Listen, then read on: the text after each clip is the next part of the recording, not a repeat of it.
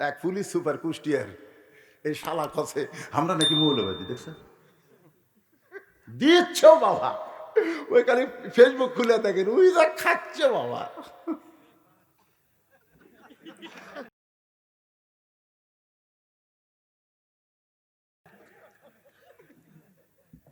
এই ফেসবুকে ভাইরাল হতে হতে এই খবরটা খালি প্রধানমন্ত্রীর কাছে গেলে প্রধানমন্ত্রীর বাবা তার ভাষণে বলেছে, তোমরা হলে রাজ্যের চাকর, একটা কৃষক মজদুর যে কষ্ট করে কামাই করে সেই টাকা রাজস্ব নিয়ে তোমাদেরকে বেতন দেওয়া হয়, তোমরা হলো চাকর। তোর কোন কথা ঠিক কিনা?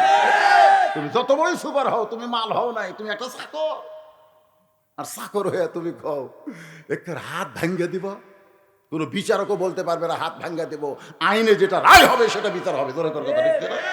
আর তুমি সন্ত্রাসী ভাষা দাও। পুলিশ হচ্ছে জনতার, জনতা হচ্ছে পুলিশের। জোরে কোন কথা ঠিক কিনা? কি সন্ত্রাসী ভাষা!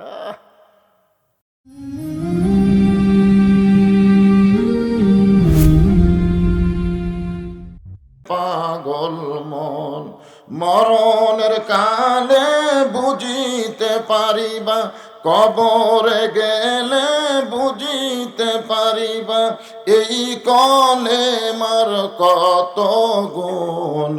লা ইলাহা ইল্লাল্লাহু বলরে মুমিনগণ, লা ইলাহা ইল্লাল্লাহ, লা ইলাহা, লা ইলাহা ইল্লাল্লাহু মুহাম্মাদুর রাসূলুল্লাহ। রাসূলের মহব্বতে অন্তরের অন্তঃস্থল থেকে জবান খুলে সকলে বলবো সাল্লাল্লাহু আলাইহি ওয়াসাল্লাম। দত্তকুষা নতুন গোরস্থান সংলগ্ন হাফিজিয়া কওমি মাদ্রাসা কমিটি কর্তৃক আয়োজিত আজকের এই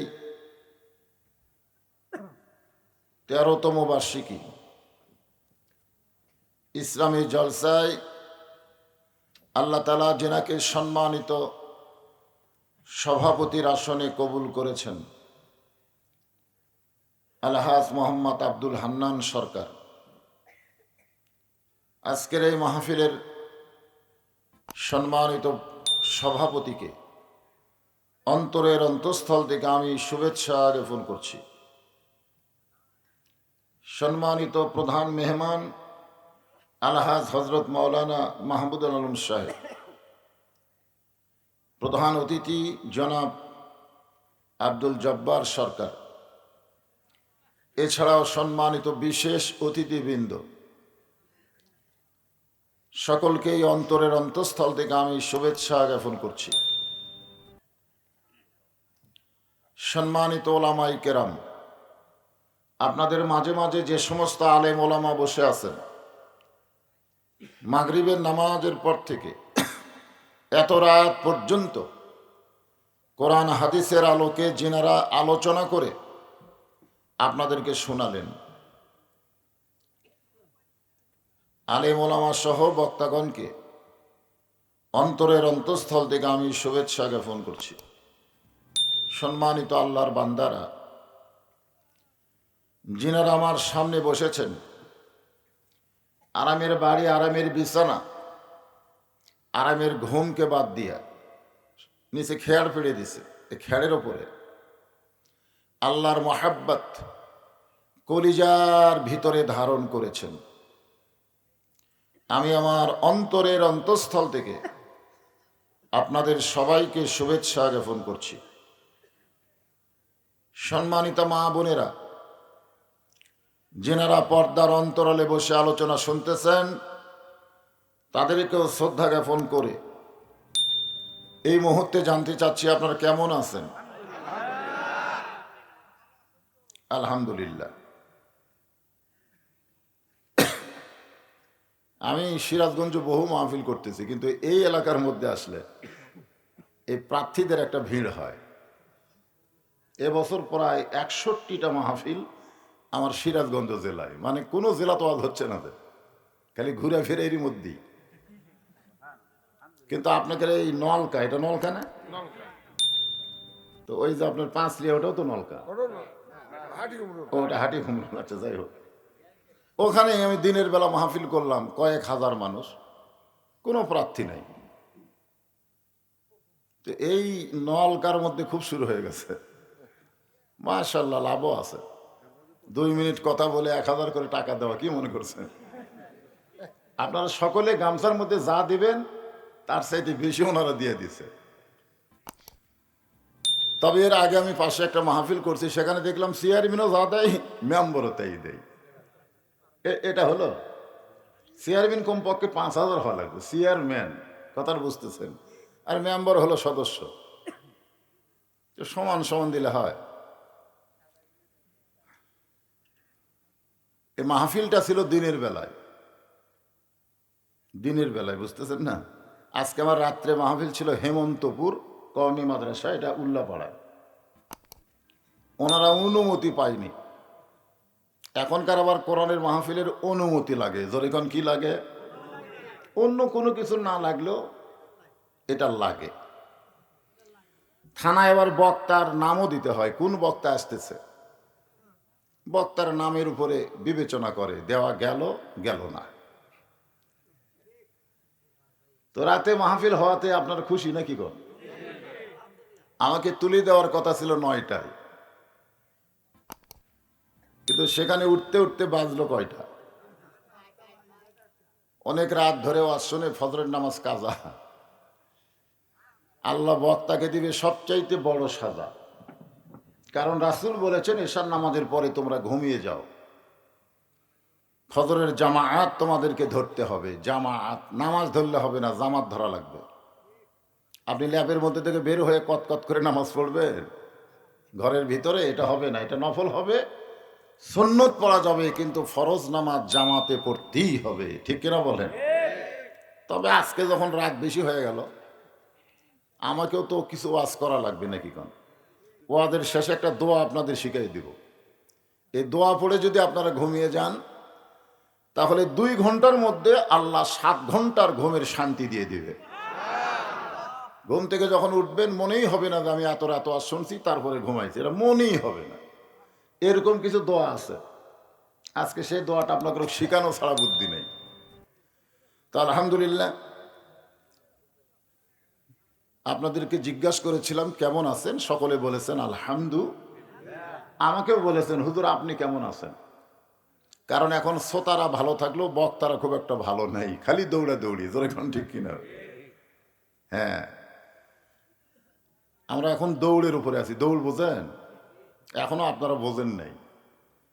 যে বক্তাগুলো ডানপন্থী কথা বলে, ডানপন্থী বোঝেন?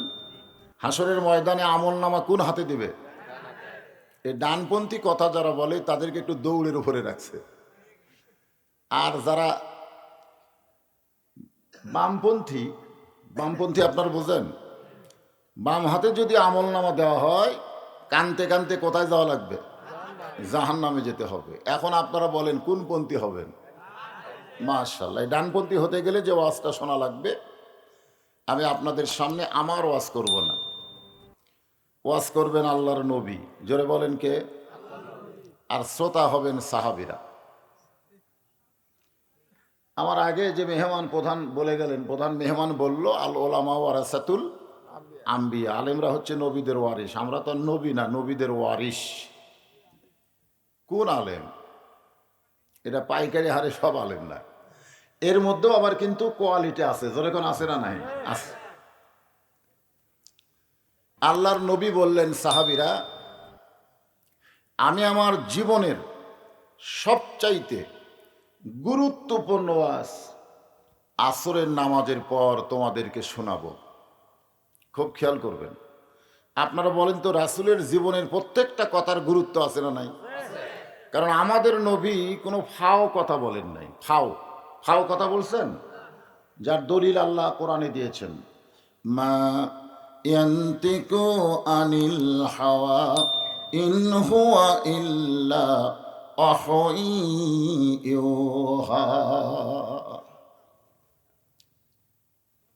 ফাও কথা বলেন নাই। আল্লাহ বলেছেন নবী যা কিছু বলেন, যা কিছু করেন, সব কার ইচ্ছাই?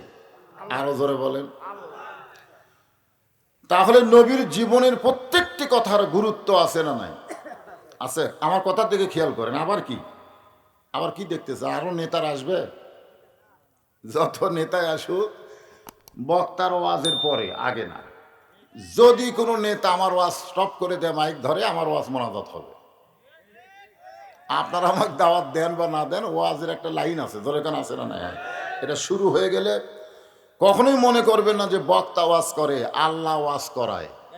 ঠিক কিনা বলেন? এজন্য একটু মনোযোগ দেন আমার কথার দিকে, রাত বেশি হয়ে গেছে। আল্লাহ রাসূল বললেন, আসরের নামাজের পরে আমি আমার জীবনের গুরুত্বপূর্ণ আলোচনা শোনাবো। রাসূল কিন্তু বলতে পারতেন আসরের আগে, কিন্তু আল্লাহ রাসূল কি বললেন? আসরের আগে না পরে? এ কথা বলার পিছনে কারণ হলো, ওয়াজের যতই গুরুত্ব থাক, নামাজের চাইতে ওয়াজের গুরুত্ব কম। আমাদের কাছে কিসের গুরুত্ব বেশি, নামাজের না ওয়াজের?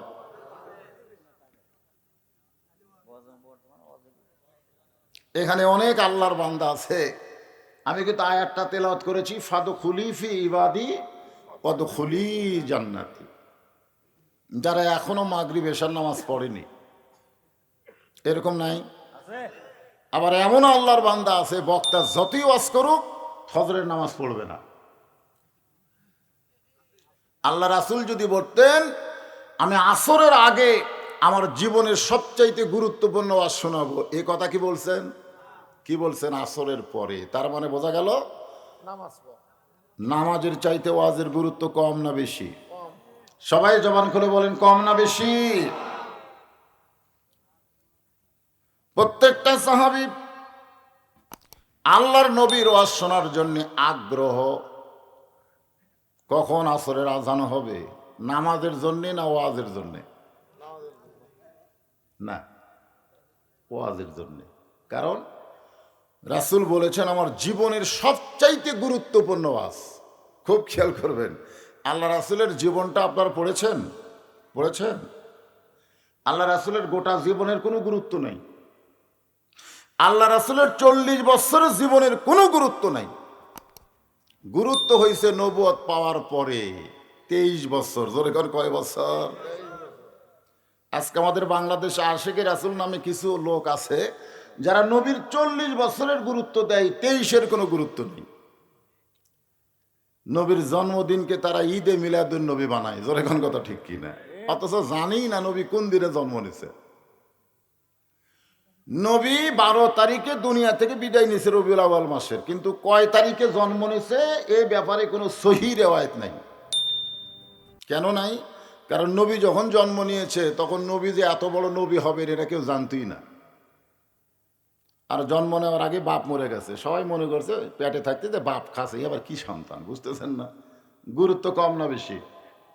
তার ভিতরে আবার এতিম, অনাথ, গরিব। আসরের নামাজের আজান দিলেন হযরত বেলাল ইবনে রেবা, পৃথিবীর শ্রেষ্ঠ মুয়াজ্জিন।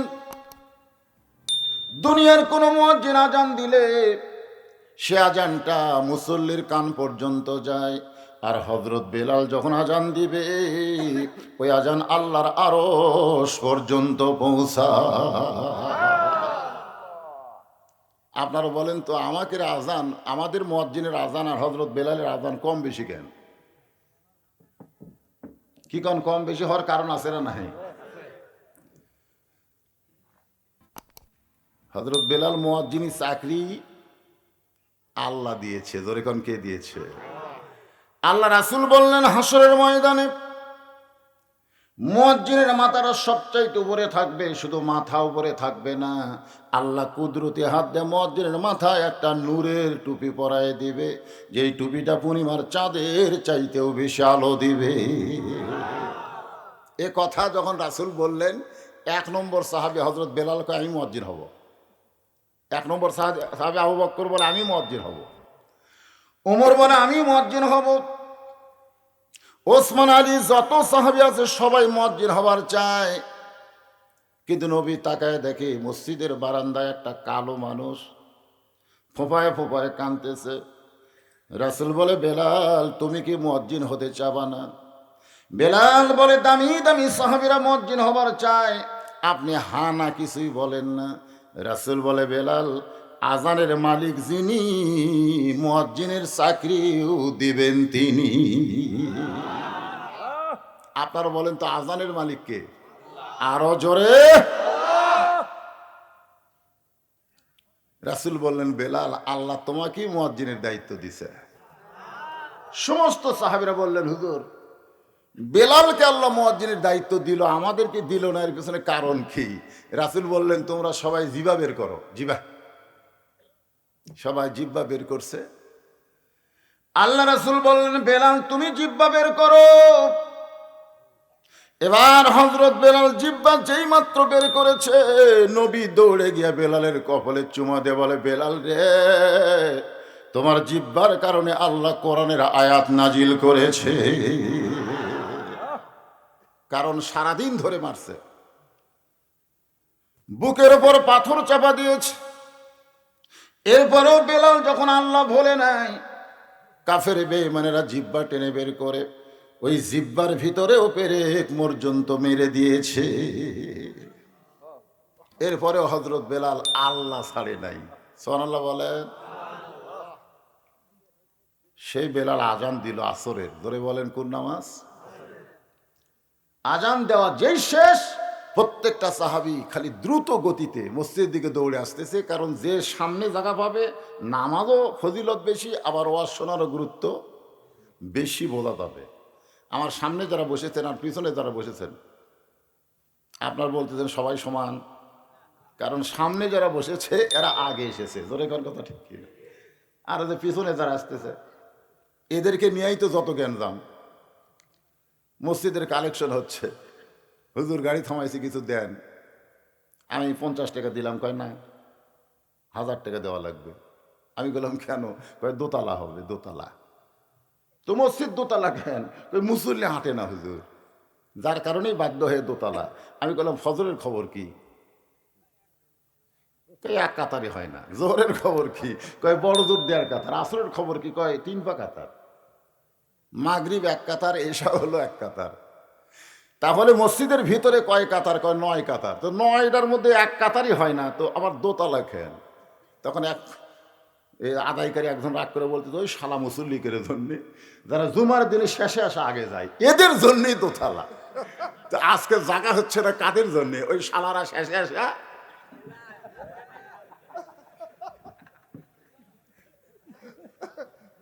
আসে শেষে, আবার যাবে আগে। যাওয়ার সময় বলবে, আজকে বদরশীদের অসাটতিছে না রে, আর সাটতিছে না রে। এ দরজাত কারা খাড়ায় আছেন? বসেন, বসেন, আল্লাহর রাস্তায় বসেন। আল্লাহর বান্দারা, যেই মাত্র আজান শেষ হইছে, আল্লাহর নবী বলেছেন, আজান দেওয়ার সময় শুধুমাত্র মুয়াজ্জিন ছাড়া কেউ মসজিদের মধ্যে ঢুকবা না। আজান দেওয়ার সময় মসজিদের মধ্যে মুয়াজ্জিন ছাড়া কেউ যদি ঢোকে, তাহলে তার নামাজ হবে, কিন্তু মসজিদে ঢোকার সওয়াব থেকে সে বঞ্চিত হবে। মসজিদে ঢোকার কিন্তু একটা সওয়াব আছে, আছে না নাই? আগে ঢুকবেন, উট কুরবানির সওয়াব পাবেন। সুবহানাল্লাহ কন না কেন? মানে উট বুঝতেছেন না আপনারা? আমরা যারা হজ করছি, যে ভাই করছি, আমি করছি, আমরা বুঝি। গরিব লোকেরা হজ করে না ধনীরা করে? বাংলাদেশে যারা ধনী তারাই হজ করে।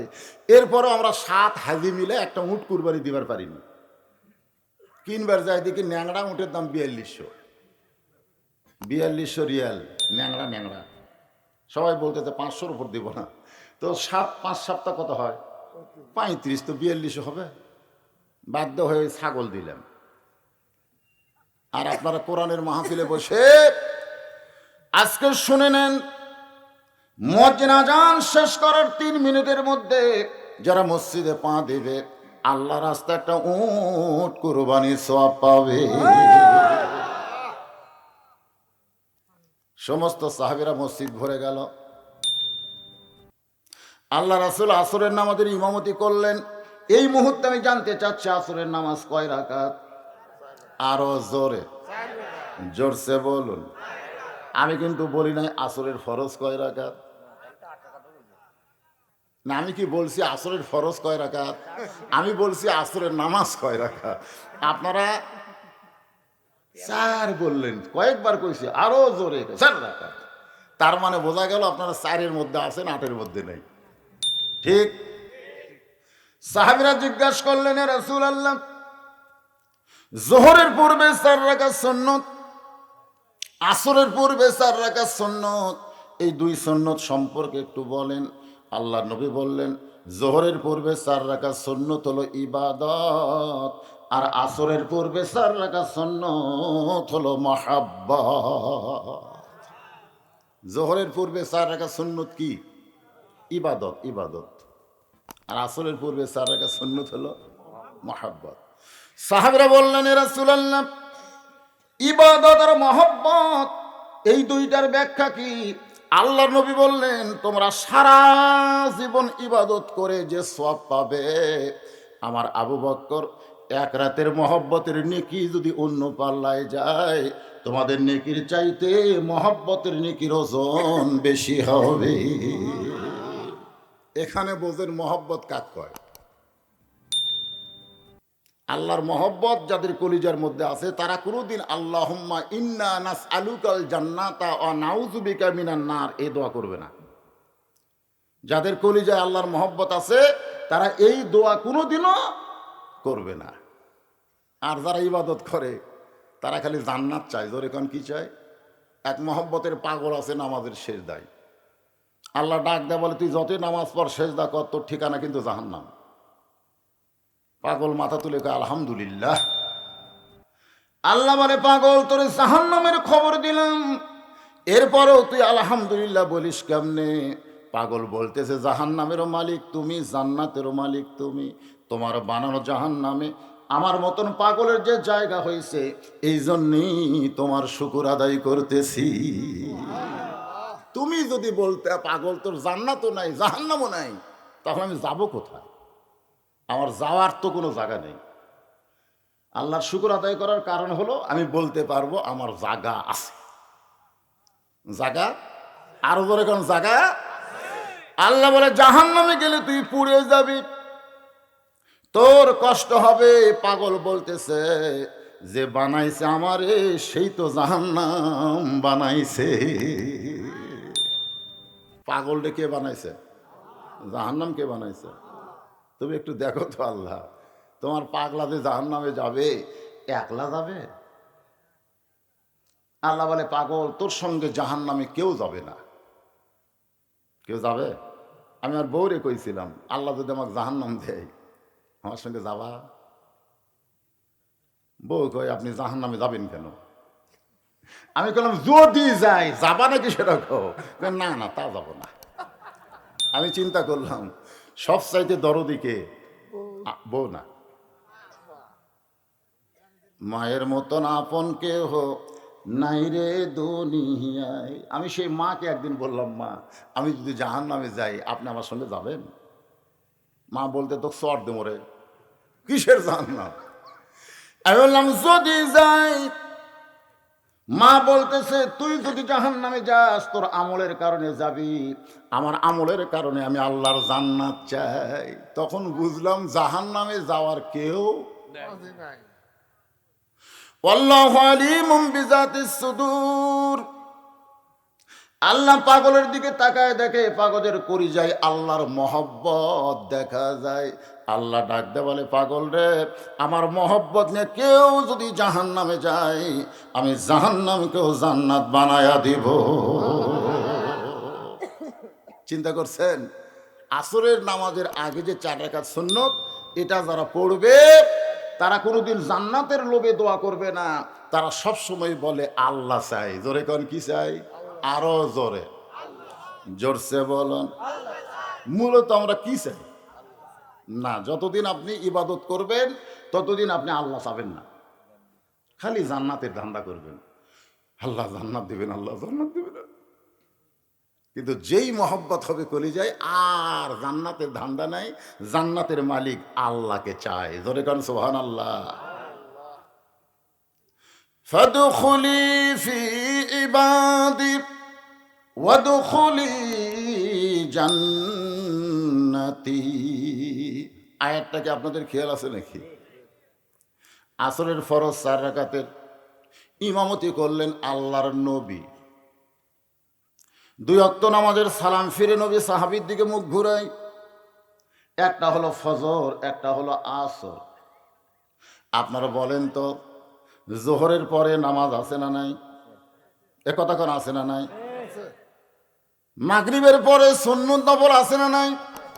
এশার পরেও সুন্নত নফল আছে, কিন্তু 2টা ওয়াক্ত নামাজ, একটা হলো ফজর, একটা হলো আসর, যার পরে আর কোনো সুন্নত নফল নাই। আপনারা বলেন তো কেন নাই? না না, মাগরিবের পরে আছে না নাই? এশার পরে আছে না নাই? তারপরে জোহরের পরে আছে না নাই?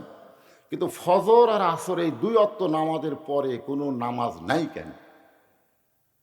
না জানলে বলবেন জানি না। এই জানি নাটাও খবর পারেন না, তাহলে তো আমি জানাই। কি করে আমার জানার দরকার আছে না নাই? মানে অনেক নামাজি আছে, অনেক নামাজি বাংলাদেশে আছি, 5 ওয়াক্ত নামাজ 70 রাকাত কেন হলো এটাও জানি না। এটা একমাত্র বাংলাদেশে আমি ওয়াজ করছি যে 5 ওয়াক্ত নামাজ 70 রাকাত কেন হলো। আল্লাহ তো 5 ওয়াক্ত 10 রাকাতও দিবার পারে, 15 রাকাতও দিবার পারে, 20 রাকাতও দিবার পারে। 15, 10, 20 না দিয়া বেসাইদা 70 রাকাত নামাজ কেন দিল? এমনি এমনি দিল না। সে ওয়াজ আজকে না, আজকে ওয়াজ হচ্ছে নবীর জীবনের সবচাইতে গুরুত্বপূর্ণ ওয়াজ। আমাদের শোনার দরকার আছে না? না, হ্যাঁ, সবাই লাফায় আমরা নবীর উম্মত, এত সোজা না। এই যে একজন মেম্বার দাঁড়াচ্ছে, মেম্বার দাঁড়ান একজন, আর চেহারা দেখলি তো ভোট এমনি দেয়।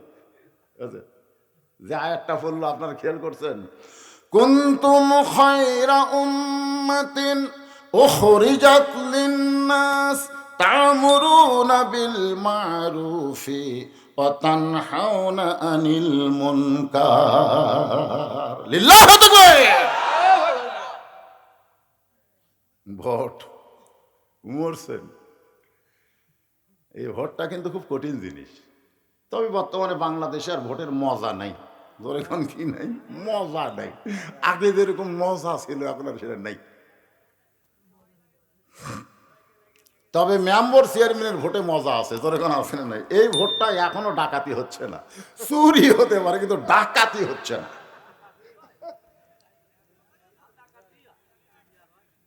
আপনারা মনে করেন না যে হুজুর খালি কোরআন হাদিসের ওয়াজ করবে, এর ফাঁকে ফাঁকে কিছুটা তাফসিরও আছে, যখন আছে না নাই?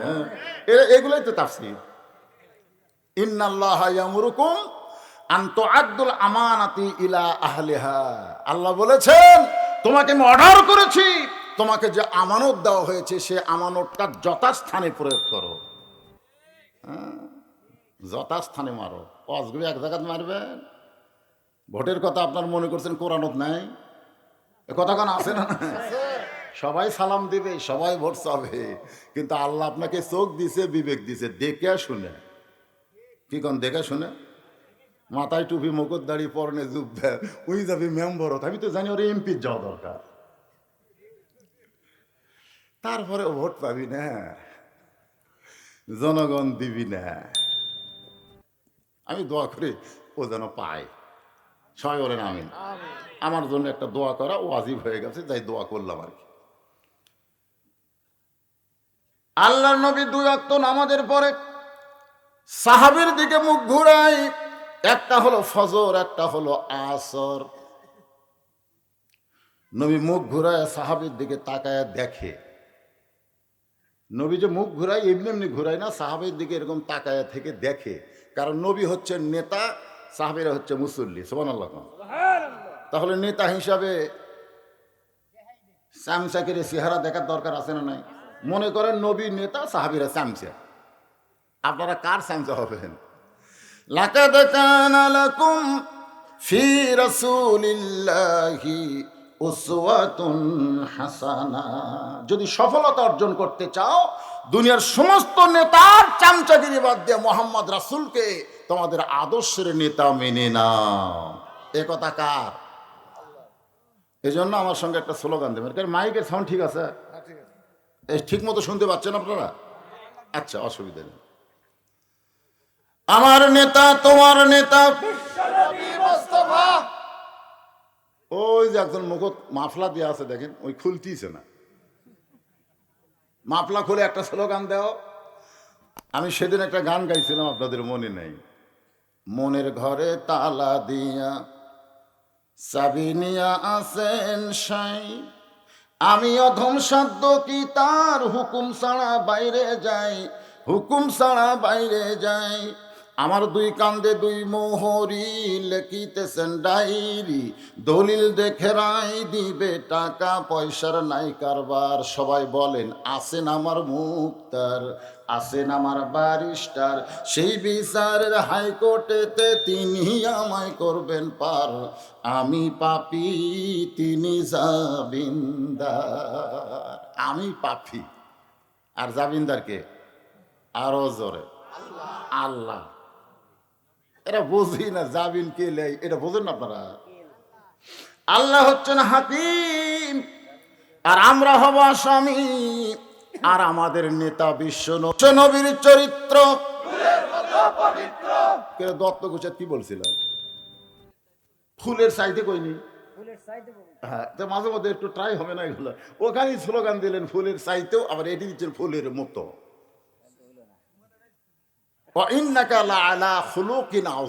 আল্লাহ বলেছে আমার নবীর চরিত্র হলো আজিম। আজিম একটা আল্লাহর নাম, জোরে কোন কথা ঠিক কিনা? আল্লাহ 99টা নামের মধ্যে আজিম আছে না নাই? তাহলে দেখেন নবীর চরিত্র এত বড়, যেখানে অন্য কারো চরিত্রের সঙ্গে অন্য কারোর সঙ্গে তুলনা দেওয়া যাবে। এই স্লোগান দিলেই ওয়াজ শুরু হবে ইনশাল্লাহ, সাইজ মতো দিবেন। আমি যেই বলো আমার নবীর চরিত্র আপনার ফুলের চাইতেও পবিত্র, আমার নবীর চরিত্র আলহামদুলিল্লাহ। কিছুক্ষণ পরে নবী দাঁড়িয়ে গেলেন। হযরত আবু বকর বললেন, রাসূলুল্লাহ, আসরের নামাজের পরে জীবনের সবচাইতে গুরুত্বপূর্ণ ওয়াজ শোনাবেন। হুজুর আপনি মেম্বরে বসেন, আমরা আপনার ওয়াজ শুনতে চাই। রাসূল বললেন, সাহাবীরা রে, আজকের ওয়াজ এত গুরুত্বপূর্ণ যেটা বসে বলা যাবে না। আমি নবী দাঁড়ায়া তোমাদেরকে দেখাতে চাই। সাহাবীদের আগ্রহ বাড়লো না কমলো? এতক্ষণ কিন্তু শোনার চিন্তাই ছিল যে নবীর জীবনের শ্রেষ্ঠ ওয়াজ শোনাবে, কিন্তু এই মুহূর্তে বলল দেখাতে চাই। আপনারা কি সারা জীবন ওয়াজ শুনবেন না দেখবেন? না, আমাদের বাংলাদেশে দেখার পজিশন এখনো হয়নি। খালি শোনো, খালি শোনো। কোন বক্তা কোন ঢঙ্গে ওয়াজ করে শুনে আসি, যেরকম ঠিক কিনা? এই যে অবস্থা। আল্লাহ কিন্তু বলেছে সামিনা ওয়া তাআনা, শুনতে হবে গ্রহণ করার নিয়তে। আল্লাহ নবী দাঁড়িয়ে গেলেন। সাহাবীরা বললেন, ইয়া রাসূলুল্লাহ, জীবনের শ্রেষ্ঠ ওয়াজ শোনাবেন, এখন ওয়াজটা দেখাবার চান। রাসূল বললেন, একটু ধৈর্য ধরো। এই বলে নবী মেহরাবের মধ্যে ঢুকতেছেন। খুব খেয়াল করবেন, নামাজ পড়েছেন মেহরাবের বাহিরে, তার মানে গোটা শরীর না। আপনি যখন ইমামতি করবেন, আপনি যেন গোটা দেহ মেহরাবের মধ্যে না যায়, কারণ মেহরাব মসজিদের অংশ কিন্তু মসজিদ না। খুব খেয়াল করবেন, এই ফতোয়াটা জানা দরকার। ইমাম যদি পুরোপুরি মেহরাবের মধ্যে ঢুকে যায় তাহলে জামাত মাকরু হয়। আপনারা কি মাকরু নামাজ পড়বেন? তাহলে ইমাম কি করা লাগবে? পায়ের আর্ধেক মসজিদের মধ্যে, আর্ধেক মেহরাবের মধ্যে রাখতে হবে। মেহরাব মসজিদ নয়, তবে মসজিদের অংশ। আমার এই হাত কিন্তু দেহ না। হাত কি দেহ? এটা একটা দেহের অংশ। মসজিদের বারান্দা কিন্তু মসজিদ নয়, মসজিদের অংশ। এখন হয়তো বলবেন, হুজুর মেহরাব কেন তৈরি হলো? মেহরাব কিন্তু আগে তৈরি হয় নাই, বদর যুদ্ধের আগে রাসূল মেহরাব বানাইলো। জোরে গান সুবহানাল্লাহ। বদর যুদ্ধ আগে মেহরাব ছিল না। এই মেহরাবটা হলো অস্ত্র রাখার জায়গা। যখন আল্লাহ তাআলা আয়াত নাজিল করলেন, ইয়া আইয়ুহান নাবিয়্যু হারজিল মুমিনিনা আলাল কিতাল। খুব খেয়াল করবেন, নবীকে লক্ষ্য করে আল্লাহ বলতেছেন, ইয়া আইয়ুহান নাবিয়্যু হারজিল মুমিনিনা আলাল কিতাল। হে রাসূল, আপনার পিছনে যারা মুসল্লি, তাদেরকে শুধু নামাজের শিক্ষা দিলে হবে না, তাদেরকে স্ট্যান্ডিং আর্মি করে গড়ে তুলতে হবে। খালি মুসল্লি হয়ে কাম আছে? আজকে কোরআনের মাহফিল অনুমতি দেয় না, আমরা নাউজুবিল্লাহ কয়ে শেষ করি। জোরে কোন কথা ঠিক কিনা? নাউজুবিল্লাহ অনুমতি দিল না, নাউজুবিল্লাহ। আইদুল হক জিহাদি গুটপাত দিল না, নাউজুবিল্লাহ। এই নাউজুবিল্লাহ বলে শেষ করা যাবে না। যদি মুসল্লিরা আর্মি ট্রেনিং নিত, যেই থানা থেকে অনুমতি দিবে না সে থানা ঘেরাও হতো। জোরে কোন কথা ঠিক কিনা? কিন্তু খালি নাউজুবিল্লাহ, এত নাউজুবিল্লাহ দিয়ে অন্যায় দূর করতে পারবেন? মেহরাবটা হলো অস্ত্র রাখার জায়গা। আল্লাহ নবী মেহরাবের মধ্যে ঢুকলেন। মেহরাবের ভিতর থেকে নবী একটা ধূসর বরণ থলিয়া বের করলেন। থলিয়া মানে ব্যাগ। জোরে কোন থলিয়া মানে কি? সাহাবীরা তাকায় দেখে রাসূলের হাতে একটা ব্যাগ দেখা যায়। আল্লাহ নবী ওই ব্যাগের ভিতর থেকে একটা জিনিস টেনে টেনে বের করতেছেন। জিনিসটার কিছুই না, জিনিসটা হলো আল্লাহর নবীর পরনের একটা জুব্বা। কিছুই না, একটা জুব্বা। ওসমান গনি বললেন, ইয়া রাসূলুল্লাহ, আপনার পরনে কত জুব্বা আমরা দেখছি। হুজুর, এই জুব্বা দেখানোর মধ্যে জীবনের শ্রেষ্ঠ গুরুত্বপূর্ণ ওয়াজটা কি একটু বলেন। আল্লাহ রাসূল বললেন, সাহাবীরা রে, যেই জুব্বা আমি বের করেছি থলিয়ার ভিতর থেকে, এই জুব্বা দুনিয়ার সাধারণ কোনো জুব্বা নয়। এই জুব্বা পরে আমি ঘুমিয়েছিলাম কাবার পাশে। এই জুব্বা পরা অবস্থায় ফেরেশতা জিবরাইল আমাকে ঘুম থেকে চেতন করেছে। এই জুব্বা পরা অবস্থায় জমজমের পুকুরে পানি দিয়ে আমি ওযু করেছি। এই জুব্বা পরে বোরাকের পিঠে চড়ে বাইতুল মুকাদ্দাসে গেছি। এই জুব্বা পরা অবস্থায় সমস্ত নবী রাসূলের ইমামতি করেছি। যেই জুব্বা দেখতেছো, এই জুব্বা পরা অবস্থায় আমি রাসূল বাইতুল মুকাদ্দাস নাম শুনছেন?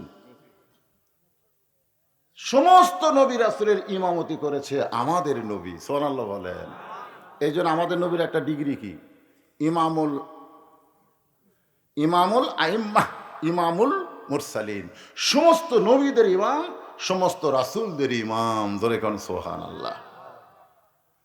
এই জুব্বা পরা অবস্থায় আমি 7 আসমান পাড়ি দিয়েছি। এই জুব্বা পরা অবস্থায় আমি আরশের মধ্যে ঢুকেছি। এই জুব্বা পরে আল্লাহর সঙ্গে আমার মেরাজ হয়েছে। যে জুব্বা তোমরা দেখতেছ, এই জুব্বা পরা অবস্থায় আল্লাহর সামনে যখন বসে গেলাম, হয়তো বলবেন, হুজুর, আল্লাহর নবী কি সরাসরি মেরাজে আল্লাহকে দেখছে নাকি? হাদিস শরীফের মধ্যে রাসূল বলেছেন, এভাবে হাতটা বাঁকা করে তোমরা দেখো তো এটা কি? বলে, হুজুর, এটা ধনুকের মতন দেখা যায়। রাসূল বললেন, এক পাশে আমি আর এক পাশে আমার মাওলা ছিল। আমার আল্লাহ তাআলার কুদরতি হাত এই জুব্বার উপরে পড়েছে। সুবহানাল্লাহ বলেন। এই জুব্বা পরে বাইতুল মামুরের ভিতরে আমি সমস্ত ফেরেশতাদের ইমামতি করেছি। সুবহানাল্লাহ কোন। এই জুব্বা পরা অবস্থায় আল্লাহ আমাকে 5 ওয়াক্ত নামাজ দিয়েছে। এই জুব্বা পরে আমি যখন দুনিয়াতে আবার ফেরত আসলাম, আর কোনোদিন জুব্বাখানা পরি নাই। এই জুব্বাটা আমি যত্ন করে রাইখা দিয়েছি। এই জুব্বাটা আমি যত্ন করে রাইখা দিয়েছি।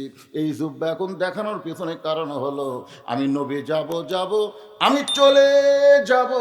এখান থেকে কেউ মনে করবেন না যে নবী মরে যাবে। খবরদার, নবী চলে যাওয়ার কথা বলেছেন, কিন্তু মরে যাওয়ার কথা বলেন নাই।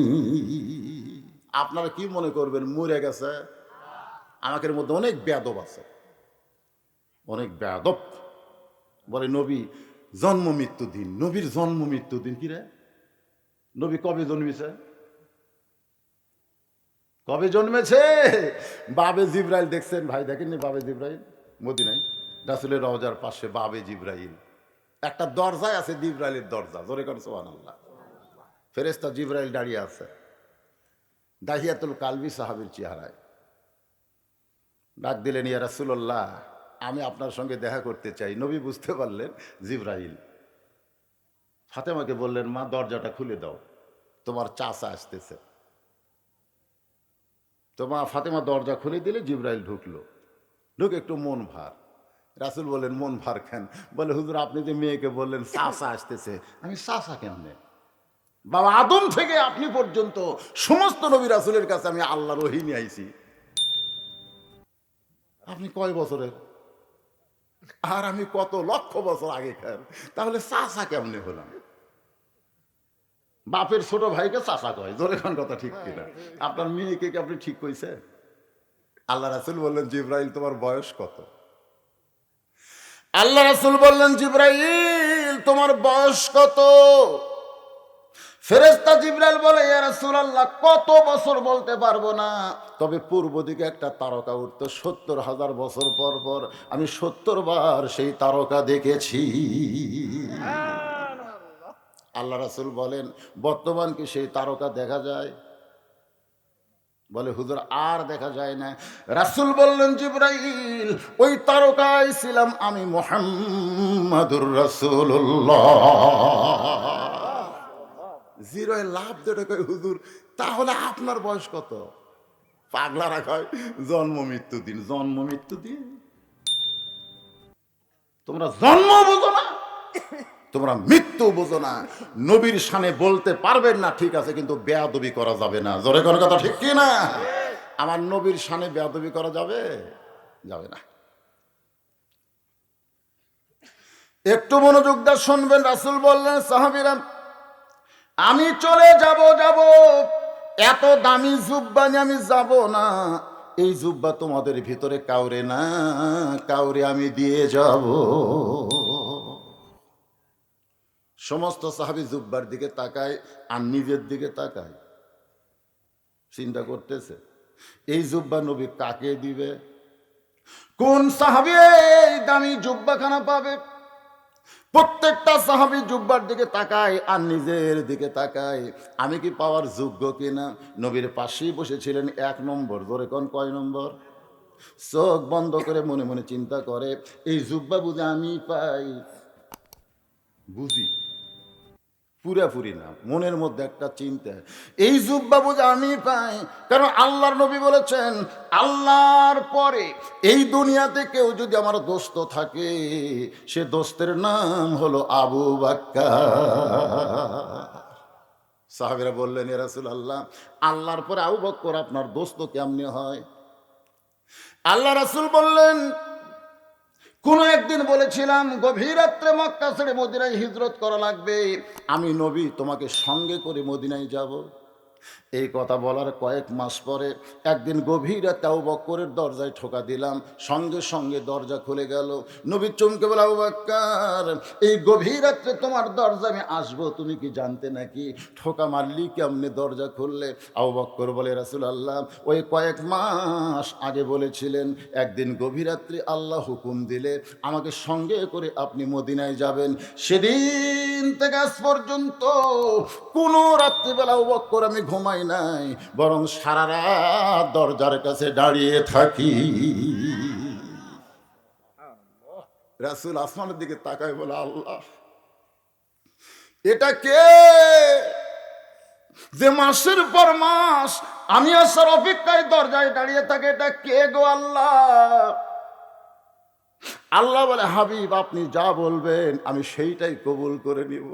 নবী আবু বকরকে বুকের মধ্যে চেপে ধরে বললেন, আল্লাহ তোমার পরে কেউ যদি আমার আপন থাকে, বন্ধু থাকে, তার নাম হলো আবু বকর।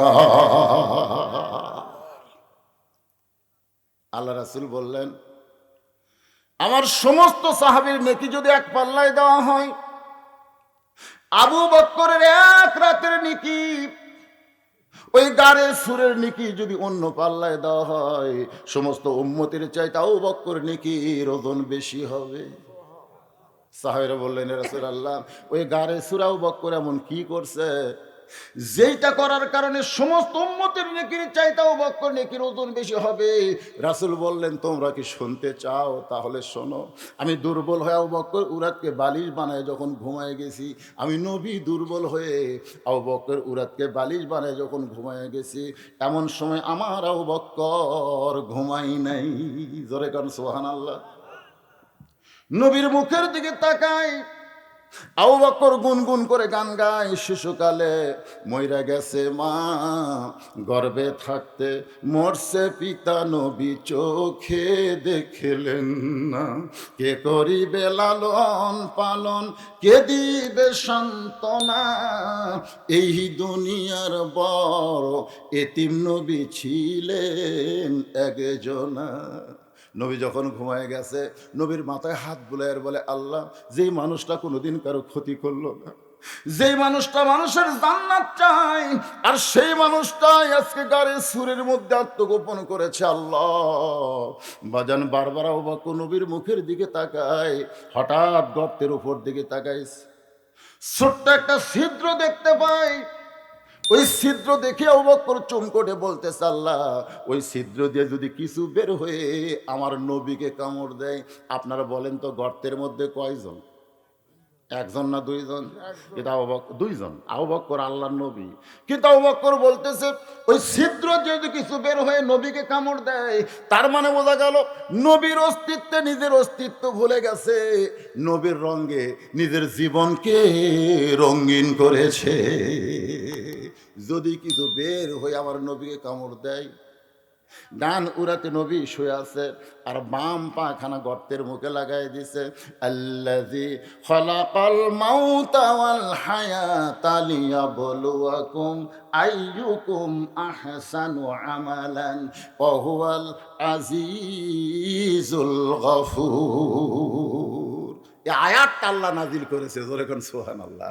এই আয়াত গর্তের মুখে যখন আবু বকর পাটা দেয়, এই আয়াতটা তখন এই কারণেই কিন্তু আল্লাহ নাজিল করেছে। নাজিল করে আল্লাহ বলতেছে, আবু বকর নবীকে বেশি ভালোবাসে না আমি আল্লাহ নবী বেশি ভালোবাসি? আজকে আল্লাহ আর বান্দার মধ্যে নবী ব্যাপারে পরীক্ষা হবে। জোরে কোন সুবহানাল্লাহ। আপনারা বলেন তো, আমাদের নবীকে সবচাইতে বেশি ভালোবাসে কে? আল্লাহ। জোরে কোন, আরো জোরে।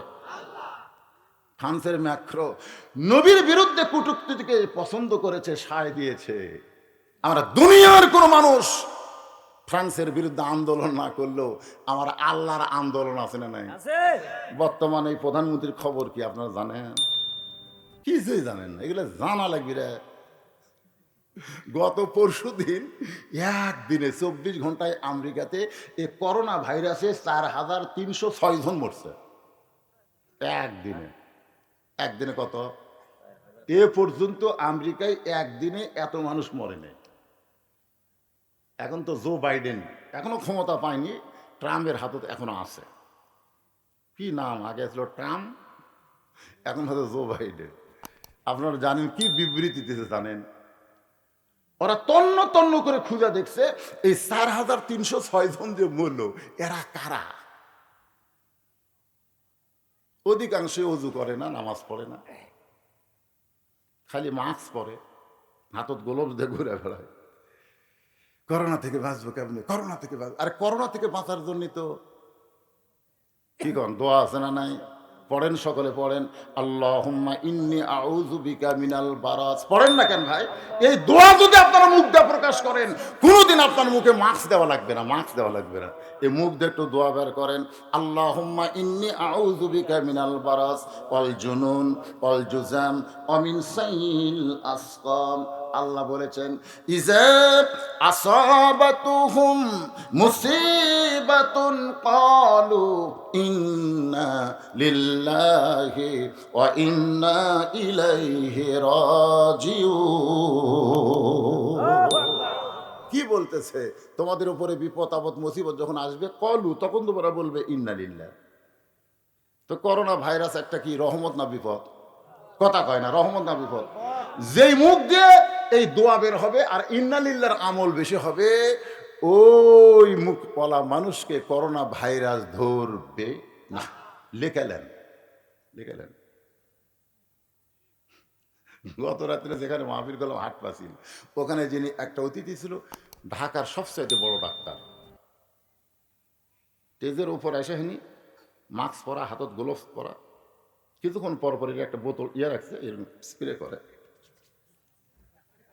ও আর এটা দেখে আমার ধারে কাছে বিরক্ত। হ্যাঁ, সেই ভয় খাওয়া খাচ্ছে ডাক্তার। আমি বললাম ভাই রে, এরকম ভয় যারা খায় তার কি করোনা ধরে? করোনা কিন্তু ঘুরতেছে, যে কাক কাক ধরা যায়। যে আল্লাহর ভয় বাদ দেয় করোনার ভয় করবে, এদেরকেই করোনা বেশি ধরবে। ধরে কর কথা ঠিক করে। একটা রিক্সাওয়ালা ভ্যানওয়ালা একজনকে ধরেনি, কারণ ভয়ই নাই তো। আমি রিক্সাওয়ালাকে বলেছিলাম মুখত মাস দেশ কেন? ওই পুলিশের ভয় হুজুর, পুলিশ যদি ধরে 200 টাকা নিবি, আমার কামাই নাই, এই জন্য মুখত মাস দিছি। করোনা কিসের করোনা? আমাকে করোনা কোনোদিনও ধরবে না। আজ পর্যন্ত বাংলার শতকরা 100% গরিব মানুষ বিশ্বাস করে করোনা তাদেরকে ধরবে। যাদেরকে পর্যন্ত ধরতেছে খোঁজলে দেখে এই মালগুলা কারা।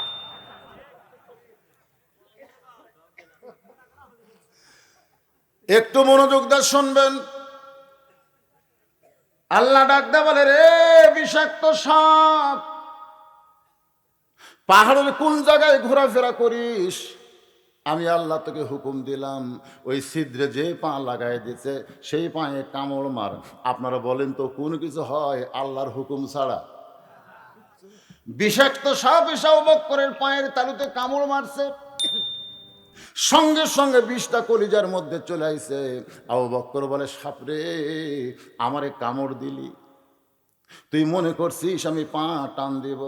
সাপ শুনে নে, আমার জীবনের চাইতেও লাই উমিনা হাদুকুম হাত্তা আকুনা হাব্বা ইলাইহি মিন নাফসিহি। আল্লাহর নবী বলেছেন, প্রকৃত মুমিন যদি হবার চাও নিজের জীবনের চাইতেও রাসূলকে বেশি ভালোবাসতে হবে। আমি মরে যাব কিন্তু গর্তের মুখ থেকে আমার পা টান দিব না। সাপ বলে, আল্লাহ আপনার হুকুমে কামড় মারলাম, তাও তো বান্দা পা টান দেয় না। আল্লাহ বলে, আবার কামড় মার। বিষাক্ত সাপ আবার কামড় মারছে। আবু বকর বলে, সাপরে এখন আমি মরি নাই, যতক্ষণ জীবিত থাকবো ততক্ষণ গর্তের মুখ থেকে আমি পা টান দেব না। সাপটা বলে, আল্লাহ এখনো পা টান দেয় না। আল্লাহ বলে, আবার মার, আবার মার, আবার কামড় মার। কিতাবের মধ্যে আছে 5বার সাপটা কামড় মারছে। বিশ্বের যন্ত্রণায় আবু বকরের গোটা দেহ থরথর করে কাঁপতেছে। এক ফোঁটা চোখের পানি নবীর গাল মোবারকে পড়েছে। নবী চোখ খুলে বলে, আবু বকর বাড়ির কথা মনে করে কাঁদতেছো, বিয়ে বাচ্চার কথা মনে করে কাঁদতেছো। আবু বকর বলে, রাসূলুল্লাহ এই বুকটা ছিঁড়ে যদি আপনাকে দেখাতে পারতাম তাহলে দেখতের মাত্র 2টা নাম আমার জীবনের সঙ্গে জড়িত, একটা হলো আল্লাহ আর একটা হলো মুহাম্মাদুর রাসূলুল্লাহ। তাহলে কেন কাঁদতেছো? বলে, কি যেন বারবার কামড় দেয়। নবী হ্যাঁচকা টান মারলে সাপ বের হয়ে নবীকে সালাম দেয়, নবী সালামের উত্তর দেয় না। সাপটা আবার সালাম দেয়, নবী সালামের উত্তর দেয় না। সাপটা যখন আবার নবীকে সালাম দেয়, নবী রাগ করে বলে, সাপরে আমার কলিজায় কামড় মারবি আর আমারে সালাম দিবি? সাপটা বলে, ইয়া রাসূলুল্লাহ আল্লাহ যদি দিবার কয় তাহলে। নবী রাখতে বলে, আল্লাহ আমার আবু বকর কি দোষ করলো যে তাকে সাপের কামড় দিয়ে পরীক্ষা করেন? আল্লাহ ডাকতে বলে, হাবিব আপনার আবু বকর পরীক্ষায় গোল্ডেন A+ পাইছে, আমি আল্লাহ তার প্রতি এত খুশি হয়েছি, আমার ইবাদতের কোনো দাম নাই, আপনার মহব্বতের দাম দিয়ে মিজানের পাল্লা সবার চাইতে ওজন বাড়াইয়া দিয়েছি। সে আবু বকর মনে মনে ভাবতেছে, জুব্বা বুঝি আমি পাই, তাও সাহস নেই। নবী তো বলতে পারি, ইয়া রাসূলুল্লাহ আমি 1 নম্বর, আমাকে দেন। কিন্তু না, নবী বলেছেন তোমাদের মধ্যে কাউরে না কাউরে আমি দিয়ে যাব। হযরত আবু বকরের পাশে 2 নম্বর মাথা নিচু করে মনে মনে চিন্তা করে, জুব্বা বুঝে আমি পাই, জুব্বা বুঝে আমি পাই। কারণ আল্লাহ রাসূল বলেছেন, আমার পরে কেউ যদি নবী হতো লাউ কানা উমর। সুবহানাল্লাহ খান। রাসূল বলেছেন, আমার উমরের শানে আল্লাহ কোরআনের 23টা আয়াত নাজিল করেছে। জোরে কান সুবহানাল্লাহ। আমার পরে কেউ যদি নবী হতো আল্লাহ উমরকে নবী বানাই দিত। আপনারা বলেন তো, আমাদের নবীর পরে কোনো নবী আছে? কোনো নবী নাই। যদি হতো, এই যদি হতো কথাটাকে আল্লাহর এত পছন্দ। সুবহানাল্লাহ। কারণ নবীর প্রত্যেকটি কথা কি নবী কইছে না আল্লাহ কইছে? আল্লাহ কইছে। তো নবী কথা কইছে দেখে আল্লাহ কথাটা এত পছন্দ। রাসূল বললেন, সাহাবীরা আমার এই কথার দাম রাখতে গিয়ে আল্লাহ দুনিয়াতে উমরকে নবী বানায়নি, কিন্তু হাসরের ময়দানে হযরত উমরকে আল্লাহ নবীদের কাতারে দাঁড় করাইয়া দিবে। মানে নবীর এই কথার দাম রাখতে গিয়ে সাহাবীরা তো জাপটে ধরে বলে, ইয়া রাসূলুল্লাহ তাহলে একটু বলেন। আল্লাহ রাসূল বলতেছে, যে কাতারের প্রথম থাকবে দাউদ আলাইহিস সালাম, সেই কাতারে 2 নম্বরে আল্লাহ উমরকে খাড়া করে দিবে, আর 3 নম্বরে থাকবে সুলাইমান। খুব খেয়াল করবেন, 1 নম্বরে কে? দাউদ আলাইহিস সালাম, 2 নম্বরে হযরত উমর খাড়া হয়ে আছে, 3 নম্বরে দাঁড়ায় আছে সুলাইমান। যত নবী আল্লাহ দুনিয়াতে পাঠাইছেন সমস্ত নবীরা কি বুদ্ধিমান। আমার ওয়াজ আপনারা শোনেন নাই, তোমার হুঁশ নাই, এবার শোনেন নাই, আপনারা শোনেন নাই? এই ওয়াজের মধ্যে আছে সমস্ত নবীরা হলো বুদ্ধিমান, আর চালাক নবী হলো 2টা। এখন হয়তো বলবেন, হুজুর বুদ্ধিমান আর চালাকের মধ্যে তফাৎ কি? বুদ্ধিমান হলো আল্লাহ যা কইছে তাই মানছে, আল্লাহ যা কইছে সঙ্গে সঙ্গে মেনে নিচ্ছে। আর চালাকের ব্যাখ্যা হলো আগেই মানে নাই, পাল্টা প্রশ্ন করছে আল্লাহ, মানলে লাভ কি, না মানলে ক্ষতি কি, এর আগে জানবার চাই। মানে যদি লাভ না থাকে তাহলে সেটা মানে লাভ কি?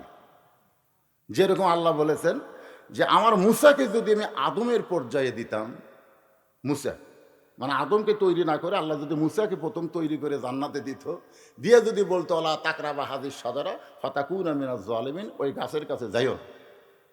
আদম নবী কিন্তু বলেছে যাব না, কিন্তু মূসা হলে বলতো আল্লাহ জান্নাত একটা ভালো জায়গা, সেই ভালো জায়গার মধ্যে তুমি খারাপ গাছ রাখলে কেন?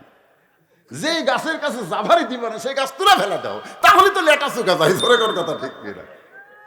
মানে মূসা নবী এমন চালাক নবী, আল্লাহ কোনো কিছু খোয়া সহজে যাবার পারে নাই, মূসা খপ করে ধরছে। জোরে কর সুবহানাল্লাহ। আর এক চালাকের নাম হলো সুলাইমান। 2 জন চালাক নবী, একটা হলো মূসা আর একটা সুলাইমান। সুলাইমান নবী মনে মনে চিন্তা করবে, আমার বাবা দাউদের পরেই তো আমার থাকার কথা, কিন্তু মাঝখানে নবীটা কে ঢুকলো? বাবার পরে বেটা থাকবে, কিন্তু মাঝখানে নবীটা কে ঢুকলো? এই মনে করে রাসূল বলতেছেন, সাহাবীরা শোনো, সুলাইমান নবী উমরের পেছনে হাত দিবে, হাত দিয়ে বলবে আপনি কোন নবী ভাই? যে বলবে আপনি কোন নবী ভাই, সঙ্গে সঙ্গে ওমর ফারুক, রাগ কম না বেশি? ওয়ালিমান খাফা মাকামা রাব্বিহি জান্নাতান। এই মিয়া তুমি জানো না, হাসরের ময়দানে আল্লাহর সামনে দণ্ডায়মান হওয়াকে যারা ভয় করে নত যেন অবস্থায় দাঁড়িয়ে থাকবে, আল্লাহ তাদের উপর খুশি হয়ে 2টা জান্নাত দিয়া দিবে। আল্লাহ হাকিম হয়ে আমরা আসামি হয়ে দাঁড়াইছি, আর তুমি আমার পিঠে হাত দেখাও কোন নবী? আমি কোনো নবী না, আমার নাম হলো উমর। সুলাইমান নবী বলে, নবী না উমর? তো যত নবী আছে সব নবীর নাম তো আমি জানি, কিন্তু উমর নামে তো কোনো নবী নাই। উমর ফারুক বলে, আপনি এরকম নবী নবী করতেছেন কেন? আমি উমর। রাসূল বললেন, সাহাবীরা শোনো, উমর ফারুক যখন বলবে আমি উমর আমি উমর, সুলাইমান বলবে আমার বাবা দাউদের পরে আমি সুলাইমান থাকার কথা, মাঝখানে তুমি উমর ঢুকলে কোন দিক দিয়ে? ওমর ফারুক কানবার বলবে, ওগো আল্লাহ নবী সুলাইমান, এইটা যে নবীর কাতার আমি জানি না, আমি কেমনে নবীদের মাঝখানে ঢুকলাম? এত বড় বেয়াদবি কেমনে হলো? আল্লাহর রাস্তে আমাকে মাফ করবেন। রাসূল বলে, এই কথা বলে উমর যখন লাইন ছাড়বে, আল্লাহ ডাকতে বলে, ওমর আমার দোস্ত নবী বলেছিল আমার পরে কেউ যদি নবী হতো লাউ কানা ওমর, আমি সেই নবীর কথার দাম রাখতে গিয়ে হাসরের ময়দানে তোমাকে নবীর কাতারে দাঁড় করাইছি, তুমি কাতার ছিল না। ওমর বলবে, আল্লাহ নবীর কাতারে আমারে দাঁড় করায় তুমি নবীকে খুশি করতে পারো, কিন্তু আমি ওমর খুশি হতে পারলাম না। আল্লাহ বলবে, ওমর তুমি কেমনে খুশি হবে? ওমর ফারুক বললেন, নবী না হয়ে দুনিয়ার, না হয়ে ফেরেশতায় আল্লাহর, হয়েছি উম্মত আপনার, তার তরে শুকুর লক্ষবার। লিল্লাহি তাকবীর। ওমর ফারুক বলবেন, নবীর কাতারে দাঁড় করে আপনি আমাকে খুশি করতে পারবেন না, উম্মতে মুহাম্মাদের কাতারে আমি দাঁড়াবার চাই। সেই ওমর মনে মনে ভাবতেছে, জুব্বা বুঝি আমি পাই। ওমর ফারুকের পিছনে একজন বসে আছে, মাথা নিচু করে চোখ বন্ধ করে হিসাব করতেছে, জুব্বা বুঝে আমি পাই, কারণ আমি হইলাম রাসূলের ডবল জামাই। সুবহানাল্লাহ কন না কেন? ডবল জামাই বোঝেননি দেখে মুখ বন্ধ করে আছে। আল্লাহ রাসূলের দুইটা মেয়ের স্বামী কে? যার একটা ডিগ্রি হয়েছে, দুই মেয়েকে বিয়ে করার জন্য একটা কি ডিগ্রি? কথা কয় না। এক বক্তা ওয়াজ করতেছে, ওসমান জিন্নুরাইন, ওসমান জিন্নুরাইন, ওসমান দুইটা নূরের অধিকারী। সুবহানাল্লাহ কোন? ওই বক্তা এবার বলতেছে নবী মাটির তৈরি, ওসমান দুইটা নূরের অধিকারী, নবী মাটির তৈরি, ওসমান দুইটা নূরের অধিকারী। সবাই চিন্তা করে একই বক্তার মুখে দুই ওয়াজ, কিন্তু নবী যদি মাটির হয় তার মেয়েরা নূর কেমনে হয়? জিন্নুরাইন মানে কয় নূর? দুইটা নূরের অধিকারী। তার নবী কিসের? মাটির। তো মাটির নবী, তার মেয়েরা নূর হয়। কথাটা বুঝতেছেন না? আসলে নবী কি, নবী কিসের তৈরি, এই নিয়েও আমাদের বাংলাদেশে ফেতনা আছে। যেরকম আছে না, একদল কয় মাটির, একদল কয় নূরের। হায় হায় হায় হায়, এই নিয়ে আমাদের বগুড়ায় যা শুরু আছে ভাই। জামিল মাদ্রাসা সহ যত মাদ্রাসা সমস্ত হুজুর কয় মাটির তৈরি। আর ওই যে আশরাফ সিদ্দিকী একটা আছে কোবা মসজিদে, উনি কয় না না, মাটির তৈরি বলা মাত্রই বেঈমান হয়ে যাবে। কি কঠিন অবস্থা ভাই। এখন আপনাদের আমি জিজ্ঞেস করি, তো আপনারা তো এতদিন ওয়াজ শুনতেন, শুনে কি বুঝতেছেন নবী কিসের তৈরি? আরো জোরে। অনেক লোক কিন্তু বলে আমার জীবনটা মাটি হয়ে গেল রে, আমার জীবনটাই মাটি রে, এবার আমার ব্যবসা না হওয়ার কারণে আমার জীবনটাই মাটি রে, আমার দোকান মাটি হয়ে গেল। এই কথা কয় কি কয় না? তার এই যে আমার জীবনটাই মাটি, এই কথার দ্বারা ওই কি মাটির দাম বুঝালো না ধ্বংস বুঝালো? কথা কয় না। তো তাহলে নবী কি ধ্বংস? তো মাটির তৈরি করলেন।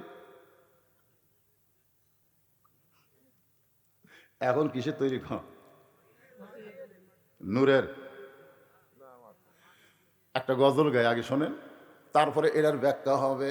মাটির আদমকে আল্লাহ সৃষ্টি করিয়া ঘোষণা করিলেন আল্লাহ শ্রেষ্ঠ বলিয়া, তাই নূরের ফেরেশতা করে আদমকে সেজদা, সবার চেয়ে দিলেন মাটির মানুষকে সম্মান। সবাই বলেন আল্লাহু আল্লাহু, তুমি জাল্লে জালালুহু, শেষ করা তো যায় না গে তোমার গুণগান।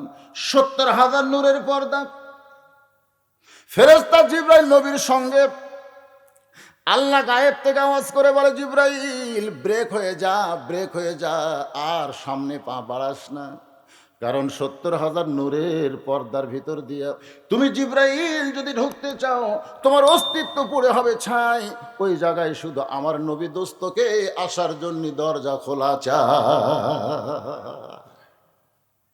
আমার নবী যখন ৭০,০০০ পর্দা পাড়ি দেওয়ার জন্যে আল্লাহ আরশের দিকে রওনা দেয়, এমন সময় পিছন দিক থেকে জিবরাইল বলে নবী গো, আমি মনে করেছিলাম আপনার ওসিলায় আল্লাহর সঙ্গে আমার দেখা হবে, কিন্তু মাঝ রাস্তায় যখন আল্লাহ আমাকে বাতিল করে দিল, আপনি চলে যাবেন আল্লাহর কাছে, কিন্তু আপনার কাছে আমার একটা প্রশ্ন। নবী বলে জিবরাইল কি প্রশ্ন করবা? বলে জিন হলো আগুনের তৈরি, মানুষ হলো মাটির তৈরি, ফেরেশতা হলো নূরের তৈরি, আপনি বলেন গো নবী আপনি কিসের তৈরি? এতগুলা পর্দা পাড়ি দিয়া আপনি আল্লাহর আরশে যাচ্ছেন।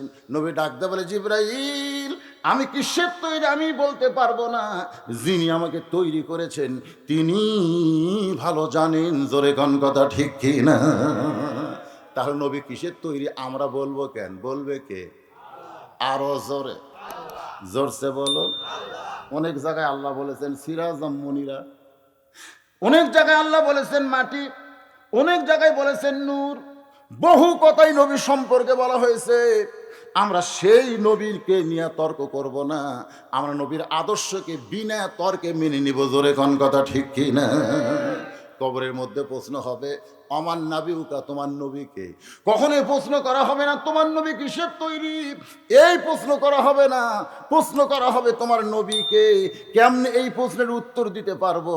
একটু মনোযোগ দিয়ে ফাদখুলি ফি ইবাদি ওয়াদখুলি জান্নাতি, যে আয়াতটা পড়েছি, যার উপর আমি আলোচনা করতেছি। ওসমান গনি চোখ বন্ধ করে মনে মনে বলতেছে, যুগবাবু যে আমি পাই, যুগবাবু যে আমি পাই, কারণ আমি হলাম রাসূলের ডবল জামা। আল্লাহ রাসূল বলেছেন, আমার ওসমানকে তোমরা চিনো? চিনো? আমার ওসমান হলো জ্ঞানী। সাহাবীরা বললেন, ইয়া রাসূলুল্লাহ, আপনি কোরআনের আয়াত আমাদের শুনেন, আমরা শুনি। আল্লাহু গানিয়ুন ওয়া আনতুমুল ফুকারা, আল্লাহ হচ্ছে ধনী, বাদ বাকি সবাই ফকির। তাহলে আল্লাহ কি ধনী? কারণ আমি ওখানে আমি খালি বলছি শেখ হাসিনা, আপনারাই কজন ফকুর নি? কি আমি প্রধানমন্ত্রীর নাম দিতে পারবো না? কি কোন পারবো কি পারবো না? তা আপনার ফকুর নি কোন? তাহলে বোঝা গেল মহিলা হলে ফকুর নি। আপনারা বলেন তো, ফকিরের বুদ্ধি বেশি না ফকুরনির বুদ্ধি বেশি? কার বুদ্ধি বেশি? মাছ আড্ডা ভিক্ষা দাও, ভিক্ষা করবার কাছে ফকুরনি। বেটার বউ বলতেছে চারডা না চারশার দিব।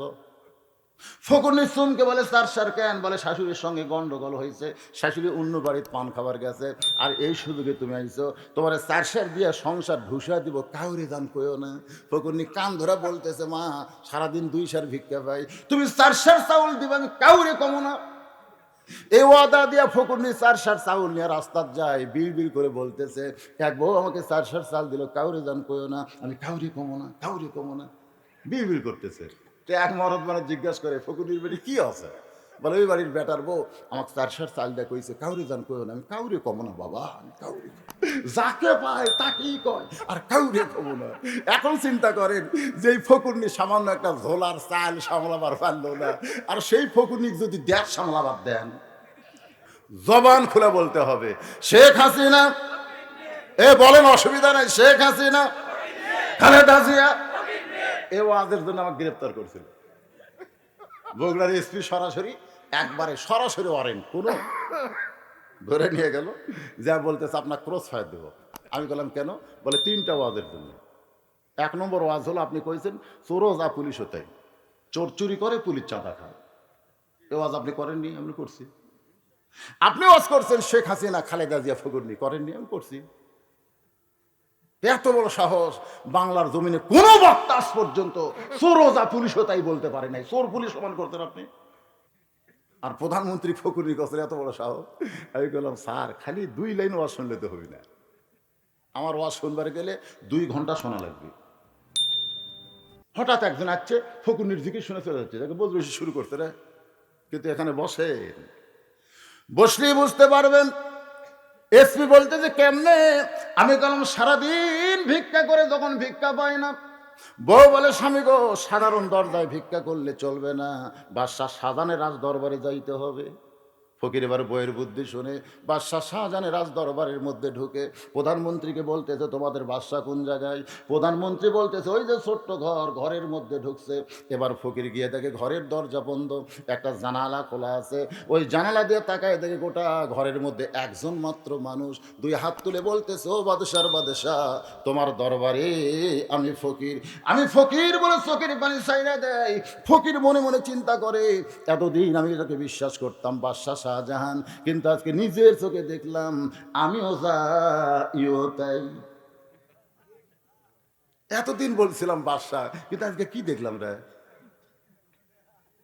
যে নিজে ফকির ফকির বলে কান্দে, সেই ফকিরের কাছে ভিক্ষা চাওয়া জায়েজ? জোরে বলেন জায়েজ?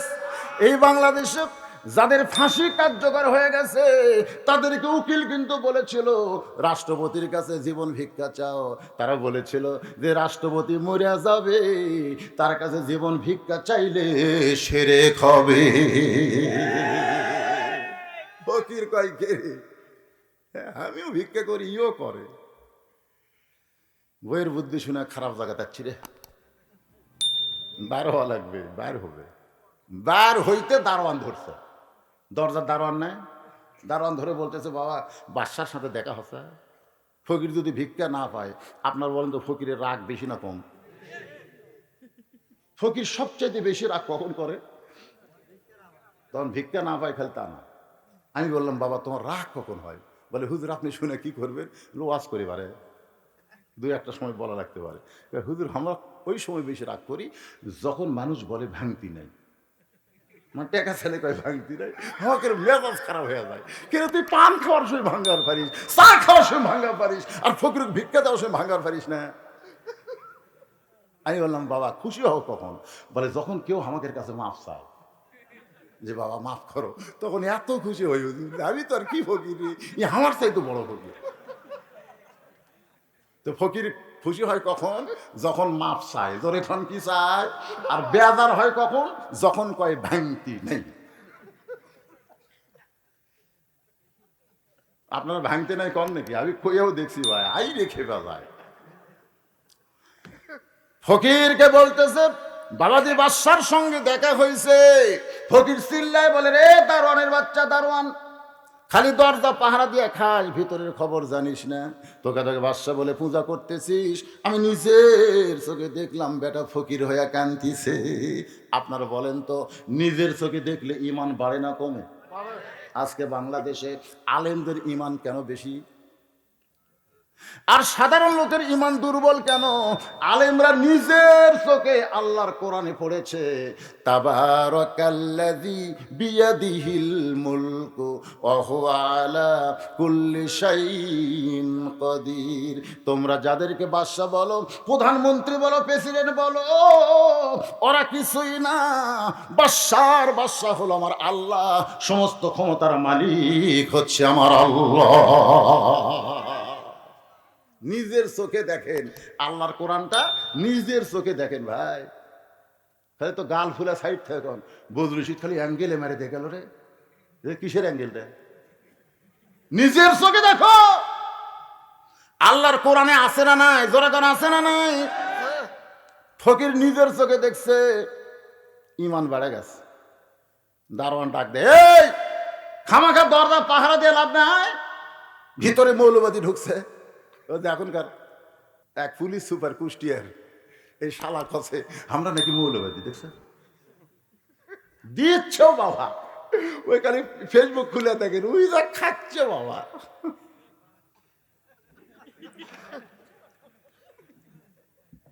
এই ফেসবুকে ভাইরাল হতে হতে এই খবরটা খালি প্রধানমন্ত্রীর কাছে গেলে, প্রধানমন্ত্রীর বাবা তার ভাষণে বলেছে, তোমরা হলে রাজ্যের চাকর, একটা কৃষক মজদুর যে কষ্ট করে কামাই করে, সেই টাকা রাজস্ব নিয়ে তোমাদেরকে বেতন দেওয়া হয়, তোমরা হলো চাকর। তোর কোন কথা ঠিক করে, তুমি যত বড় সুপার হও, তুমি মাল হও নাই, তুমি একটা চাকর। আর চাকর হয়ে তুমি কও একটা হাত ভাঙ্গে দিব, কোনো বিচারকও বলতে পারবে না হাত ভাঙ্গা দেব, আইনে যেটা রায় হবে সেটা বিচার হবে। তোর কোন কথা ঠিক করে। আর তুমি সন্ত্রাসী ভাষা দাও, পুলিশ হচ্ছে জনতার, জনতা হচ্ছে পুলিশের। জোরে কোন কথা ঠিক কিনা? কি সন্ত্রাসী ভাষা! নিজের চোখে দেখা, সুবহানাল্লাহ। দারোয়ানকে ডাকতেছে, আয় আয় আয়। সমস্ত দারোয়ান একত্র হয়ে কেউ কিল মারে, কেউ ঘুষি মারে, কেউ লাত্তি মারে। ফকির চিল্লায় বলে, যতই মার মারিস না কেন, নিজের চোখে দেখা জিনিস মিথ্যা বলা যাবে না। তোমরা জেল দাও, জুলুম দাও, ফাঁসি দাও, নিজের চোখে দেখা জিনিস আল্লাহর দুনিয়ায় আল্লাহর আইন চলবে। সেই মারতেছে। ফকির এক সময় রাগ করে বলতেছে, আর মার মার। দারোয়ান কই করে পাগলা হবে নাকি, আরো মার, মানে এত মারতেছি তাও মারবার কয়। ফকির বলতেছে, মারতে মারতে আমাকে একটু সাইজ কর, কারণ আমার মধ্যে ভেজাল ঢুকছে। যেরকম কথা ঠিক কিনা? যখন সোনার মধ্যে ভেজাল ঢোকে তখন স্বর্ণকারের কাছে নিয়ে যায়, যাই বলতেছে, দেখেন তো ভাই সোনার খবর কি? স্বর্ণকার দেখে কয় ভেজাল ঢুকছে। তো কাছে আমি আসল সোনা চাই, আসল সোনা আমাকে দেন। আসল সোনা নিবার গেলে এক সাইজ করা লাগবে। তো করেন, বসো। বসাতে সোনা এসিডের মধ্যে দিছে, যে এসিডের মধ্যে দিছে, এসিডের একটা গরম আছে না নাই? খালি বল উঠছে, সোনা কানতেছে, বলতেছ, স্বর্ণকার তোমার কি দয়া নাই? তুমি আমাকে আগুনে পুড়াচ্ছ কেন? আমার যে কষ্ট হয়। স্বর্ণকার বলে, সোনা চিল্লাস না, চিল্লাস না, তোকে সাইজ করতেছি। চিল্লাস কে? তোর মধ্যে যে ভেজাল ঢুকছে, এই ভেজাল বার করার জন্য তোকে একটু তাপ সহ্য করা লাগবে, মাঝে মধ্যে রব্বানা আতিনা ফিদ দুনিয়া হাসিনা অফিল আখিরাতে হাসিনা দিয়া আমাকে একটু তাপ দেওয়া হবে। জোরে কোন কথা ঠিক কিনা? একটু তাপ দিব। তাপ দিচ্ছে, কি বুঝতেছে? তাপ। কিছুক্ষণ পরে সোনা তখন খাত মুক্ত হয়ে গেছে। এবার সোনার দলা নিয়ে স্বর্ণকার নিচে লোহার পাত, উপরে লোহার হাতুড়ি। সোনার পাতের উপর খালি সমানে হাতুড় মারে। সোনা কান্দার বলে, ও স্বর্ণকার আমাকে মারিস কেন? আমার কি লাগে না? স্বর্ণকার বলে, চিল্লাস না, তোকে মাইরা মাইরা বানাবো গহনা। তুই যত পিটন খাবি তত তোর দাম বেড়ে যাবে। আজকে আল্লাহর পথে যারা আছেন মাঝে মধ্যে কষ্ট দিবে, মাঝে মধ্যে আল্লাহ বলেছেন ওয়ালা নাবলু ওয়ান্নাকুম মিন ওয়ালা নাবলুওয়ান্নাকুম মিনাল খাউফি ওয়াল জুই ওয়া নাকসিম মিনাল আমওয়ালি ওয়াল আনফুসি ওয়াস সামারাতি ওয়া বাশশিরিস সাবিরিন। ওসমান গনি মনে মনে ভাবতেছে, জুব্বাবু যে আমি পাই, জুব্বাবু যে আমি পাই, এইটা বুঝাইতে গিয়ে নিয়ে এসে আপনার ফকিরের কাছে। জোরে কোন কার কাছে? বাদশাহ শাহজাহান আসরের নামাজ শেষ, নামাজ শেষ করে বের হয়ে বলতে, এই কারে মারতেছিস, কেন মারিস? দারোয়ান গুলো বলতেছে, যাবো না, আমরা তো খালি মারতেছি, আপনি শুনলে তো মারেই ফেলবেন। বলে কি হয়েছে? আপনি নাকি ফকির। যেই কাছে ফকির, বাদশাহ শাহজাহান কেরি এই মোগল সম্রাট আমার ফকির কয়, তাও আমার জায়গাতে সে দৌড়ে যায়, টুটি চাইবা ধরছে। এই ফকির তুই জানিস না আমি মোগল সম্রাট শাহজাহান? ফকির খালি হাসতেছে, টুটি চাপে হাসিস কেন? বলতেছে আমি তো জানতামই আপনি মোগল সম্রাট শাহজাহান। বাদশাহ শাহজাহান কয় জানতাম তো অতীতকাল। জানতাম কি? কয় জানি। জানতাম, আমি জানতাম আপনি বাদশাহ শাহজাহান, এটা জানতাম। বলে জানতাম কেন, বর্তমানেও আছি। ফকির বলতেছে জানলার কাছে গিয়া গুমুর ফাঁস হয়ে গেছে। আপনার মতন একজন মানুষ দুই হাত তুলে ফকির ফকির বলে কাঁদতেছে। বাদশাহ শাহজাহানের দুইটা হাত থর থর করে কাঁপা শুরু হয়ে গেছে। এবার দারোয়ানগুলো বলে যাবো না। ফকির কি শোনাইলো হাত দুইটা কাঁপে কেন? বাদশাহ শাহজাহান বলে কাঁপার কারণ হলো আল্লাহর ঘরে যতক্ষণ ফকির সাজি ততক্ষণ, আল্লাহর ঘরে যতক্ষণ ফকির সাজি ততক্ষণ, আল্লাহর ঘর থেকে যখন বের হয়ে যায় তখন পূর্বের চেহারা। খুব খেয়াল করবেন, আল্লাহর ঘরে যতক্ষণ, কথা কয় না। আমরাও কি আল্লাহর ঘরে যখন যাই, আওয়ামী লীগ বিএনপি জাতীয় পার্টি, কথা কয় না। আচ্ছা, কোরআনের মাহফিলে যখন আসি তখনও কিন্তু দেখবেন আওয়ামী লীগ বিএনপি জাতীয় পার্টি নাই। এই যে আপনারা বসে আছেন, আপনাদের ভিতরে আওয়ামী লীগ আছে না নাই? বিএনপি আছে না নাই? জাতীয় পার্টি আছে না নাই? এমনকি যুদ্ধ অপরাধীর দলের দুই একটা থাকতে পারে, যখন পারে কি পারে না? আপনারা বলেন তো, আপনারা কি এইরকম গোলাকার গোলাকার হয়ে ভিন্ন ভিন্ন বসছেন, না সবাই এক জামাতে বসে আছে? আবার যখন মসজিদের মধ্যে যাবেন তখন দেখবেন আওয়ামী লীগ যারা নামাজ পড়ে, বিএনপি নামাজ পড়ে, যারাই নামাজ পড়ে তারা যে দল করুক না কেন, মসজিদের মধ্যে গিয়ে এক একজন এক এক কাতার করে না, বরং সব দল ভাঙ্গা ভাই ভাই হয়ে সবাই কাঁধের সঙ্গে কাঁধ মিলাইয়া, পায়ের গোড়ালির সঙ্গে গোড়ালি মিলাই এক কাতার হয়। জোরে কোন হয় কি হয় না? বাজানকে একটু খেয়াল করবেন। ফকিরের কথা শুনে বাদশাহ সাহেবের দুইটা হাত থর থর করে কাঁপতেছে। ফকির যা বলেছে মিথ্যা বলে নাই, কারণ যতই আপনি বাদশাহ হন, যখন আপনি প্রধানমন্ত্রী হাসিনার কথা বলতেছি, উনি কিন্তু তাহাজ্জুদের নামাজ পড়েন, 5 ওয়াক্ত পড়েন, আবার তাহাজ্জুদও পড়েন। ওনার নেতাদের কাছ থেকে শুনছি, ওনার চেহারা দেখেও আমার বিশ্বাস হয়। আপনারা বলেন তো, তাহাজ্জুদের নামাজ পড়ে যখন প্রধানমন্ত্রী হাত তোলে আল্লাহর কাছে, তখন কি প্রধানমন্ত্রী হিসাবে তোলে না ফকুরনি? আল্লাহ তোমার দরবারে ফকির, আল্লাহ আমার দেশের করোনা ভাইরাস ভালো করে দাও। কি কর, দোয়া করে না? আর যদি কয় আমি প্রধানমন্ত্রী, আল্লাহকে প্রধানমন্ত্রী তো মোকাবেলা কর। যখনই আপনি যে পজিশনে থাকেন, যখন আল্লাহর কাছে হাত তুলবেন, তখন সেই পজিশন বাতিল হয়ে আমরা সবাই ফকির হয়ে যাই। এই জন্য আল্লাহ বলেছেন আল্লাহু গানিয়ুন ওয়া আনতুমুল ফুকারা ইল্লা ওসমানু গানিয়ুন কাল রাসূলুল্লাহ সাল্লাল্লাহু আলাইহি সাল্লাম। আল্লাহ রাসূল বলেছেন শুধুমাত্র একজন, যার নাম হলো ওসমান, তিনি ফকির নয়, তিনি হলেন ধনী। সুবহানাল্লাহ কবেন না? সে ওসমান গনি মনে মনে ভাবতেছে জুব্বা বুঝে আমি পাই, জুব্বা বুঝে আমি পাই। ওসমান গনির পাশে একজন সাহাবী, নাম হলো তার হযরত আলী। জোরে বলেন নাম কি? চোখ বন্ধ করে মুচকি মুচকি হাসে। আবু বকর কিন্তু হাসে নাই, ওমর ফারুক কিন্তু হাসে নাই, আবার ওসমান গনি কিন্তু হাসে নাই। ওরা কাঁদতেছে আর মনে মনে বলতেছে জুব্বা বুঝে আমি পাই। কিন্তু হযরত আলী চোখ বন্ধ করে মুচকি মুচকি হাসে আর বলে জুব্বা তো আমি পাবো, জুব্বা তো আমি পাবো। রে আল্লাহর বান্দারা, নবী কিন্তু কারো নাম বলে নাই। নবী শুধু বলেছেন আমি চলে যাব, ওই মেরাজের জুব্বা নিয়ে আমি যাব না, এটা তোমাদের মধ্যে কাউরে না কাউরে দেওয়া যাব।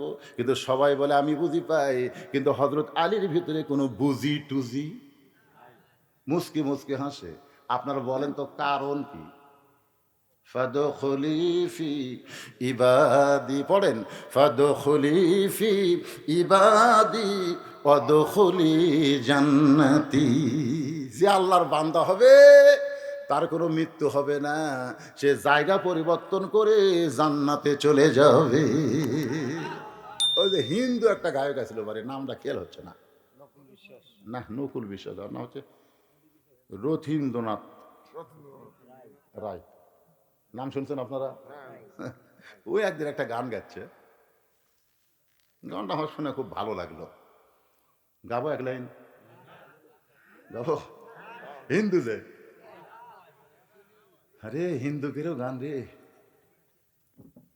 তোমার পঞ্চ আত্মা পঞ্চরুহু হিসাবেতে দেখা যায়, একেতে দুইয়েরই জনম, পরমাত্মার মরণ নাই। কে বলে মানুষ মরে, মানুষ মরিলে তবে বিচার হবে কার। এই গান শোনার পর আমি চিন্তা করলাম, এতদিন ধরে আমরা খালি কুচি মূল্য রে মূল্য রে, কি কয় রে। আমি গান নিয়ে কোরআনের সঙ্গে মিল দিলাম। আল্লাহর কোরআন বলেছে কুল্লু নাফসিন যায়কাতুল মাউত, প্রত্যেকটা নফসকে, আত্মাকে মৃত্যুর স্বাদ গ্রহণ করা লাগবে। আল্লাহ কিন্তু বলে নাই মরে ফুরে যাবে, মরার স্বাদ গ্রহণ করে এক জগৎ থেকে আর এক জগতে রওনা দিবে। কোন বনেরই পাখি তুমি, আব্দুল আলিম, কোন আব্দুল আলিম, এটা তোরা অসুবিধা আছে? কোন বনেরই পাখি তুমি আইলারে কোন বনে, আবার কোন বনেতে যাইতে হবে পড়ছে নাকি মনে। সবাই একটু বলেন ভাই, আমার হীরামন পাখি, আমার প্রাণ প্রাণ পাখি, তোরে কোথায় রাখি পাখি রে, সবই মিশে আর ফাঁকি। মেয়েরা মনে মনে চিন্তা করতেছে হুজুর জুব্বার ওয়াজ দেয় শেষ দিল, তাহলে হামাকের ওয়াজ কি? আমি মা বোনদের জন্য বলবো, মা আপনাদের ওয়াজ জুব্বা নয়, আপনাদের ওয়াজ হলো পর্দা। জুব্বা পড়লে মেয়ে মানুষকে পর্দা লাগবে, লাগবে কি লাগবে না? লাগবে না?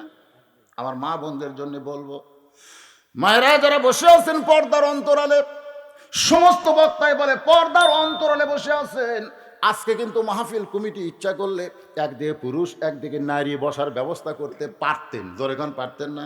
আপনারা দেখেন না, একদিকে পুরুষেরা একদিকে নারীরা চেয়ার দিছে, বসে আছে।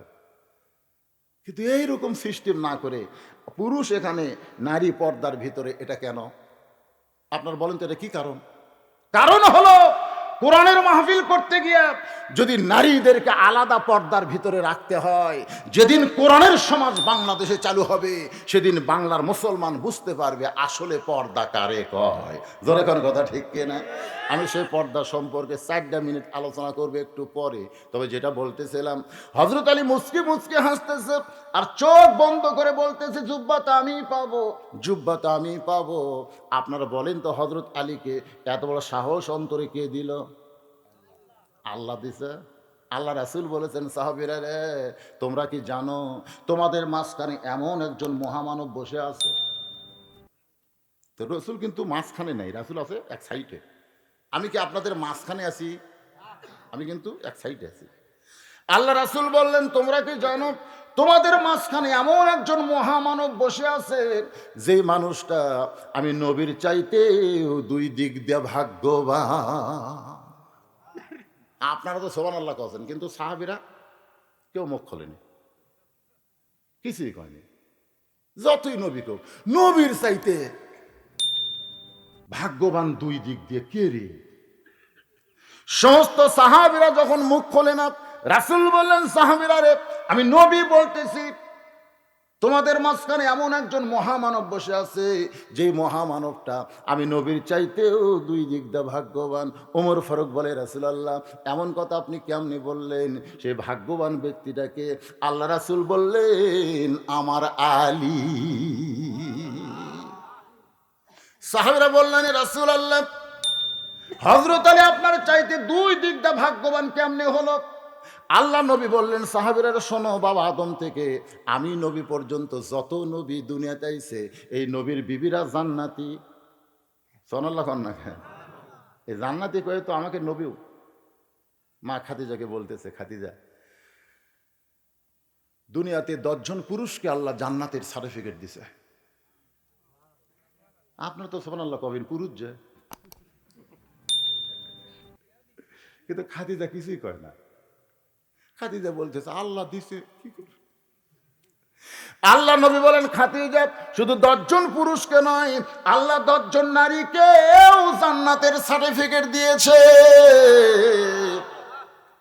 যেই বলছে খাদিজা লাভ টাকা, সুবহানাল্লাহ, হুজুর 10 জন কে? আল্লাহ রাসূল বলেন, 1 নম্বর হলো খাদিজাতুল কুবরা। যেই কইছে, মা খাদিজা এত খুশি, নবীর কপালে চুমু দিয়ে বলতেছে, রাসূলুল্লাহ, আল্লাহ আমাকে 1 নম্বর জান্নাতি ঘোষণা করছে, তাহলে 2 নম্বর কে? আল্লাহ নবী বলে, খাদিজা, 2 নম্বর কাকে দিবার মন চায়? খাদিজা বলে, রাসূলুল্লাহ, আমার মনে হয় 2 নম্বর আমার কলিজার টুকরা ফাতেমাই হবে। আমার মনে হয় 2 নম্বর আমার কলিজার টুকরা ফাতেমা হবে। আল্লাহ রাসূল বললেন, খাদিজা, ফাতেমা কিন্তু জান্নাতি নয়, ফাতেমা কিন্তু জান্নাতি নয়। খাদিজা নবীর মুখ চেপে ধরে বলতেছে, নবী গো, এই কথা আপনি কেমনে বলতে পারেন ফাতেমা জান্নাতি নয়? রাসূল বললেন, ফাতেমা জান্নাতি নয়, ফাতেমা হলো জান্নাতি নারীদের নেত্রী।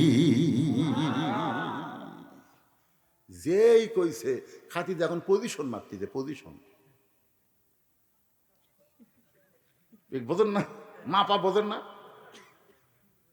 হুজুর কি করলেন? আমারটা ফাতেমাক দেন, ফাতেমারটা আমাক দেন, অদল বদল করা হোক। রাসূল বলেন, কেন? বলে, কোথায় জান্নাতি নারীদের নেত্রী আর কোথায় 1 নম্বর? তা আল্লাহ আমাকে এটা দেখ, জান্নাতি নারীদের নেত্রীটা আমি হই আর ফাতেমা 1 নম্বর জান্নাতি হোক। রাসূল বলেন, খাদিজা, আপত্তি কেন? বলে, হুজুর আমরা মেয়ে মানুষ, হুজুর আমাকে আপত্তি হলো, আমরা কাকু উপরে উঠতে দিবার চাই না, সবার উপরে আমরা থাকবার চাই, আমার উপরে কেউ নাই। যা বর্তমানে বাংলাদেশে দেখা যায়, একজন থাকে ক্ষমতায় আর একজন থাকে জেলখানায়। জোরে কর কথা ঠিক।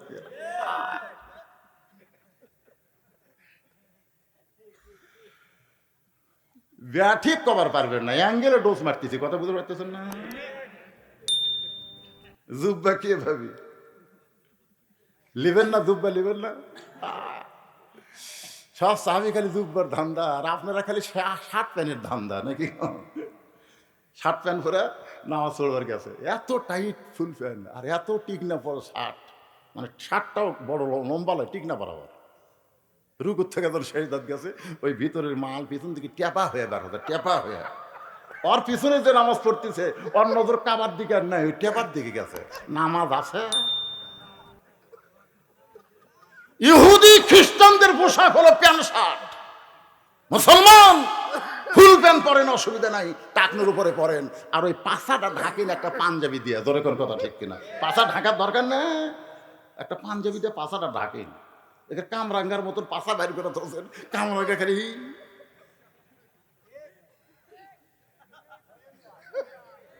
চিন্তা করতেছে, জুব্বা কে পাবে, জুব্বা কে পাবে? ফাদখুলি ফি ইবাদি ওয়াদখুলি জান্নাতি দিয়ে দেওয়া হবে, অসুবিধা নেই। কিন্তু তুলে দিতে আমাকে 10:15, এখন কয়টা বাজলো রে?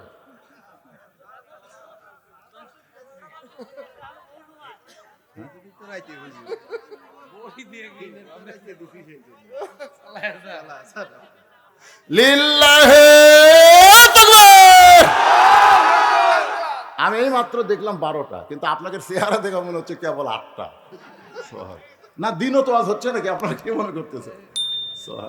হ্যাঁ বসেন বাজানরা, একটু মনোযোগ দিয়ে শুনবেন। জুব্বা নবী কাকে দিবেন? নবী দিবেন না আল্লাহ দেওয়াইবে?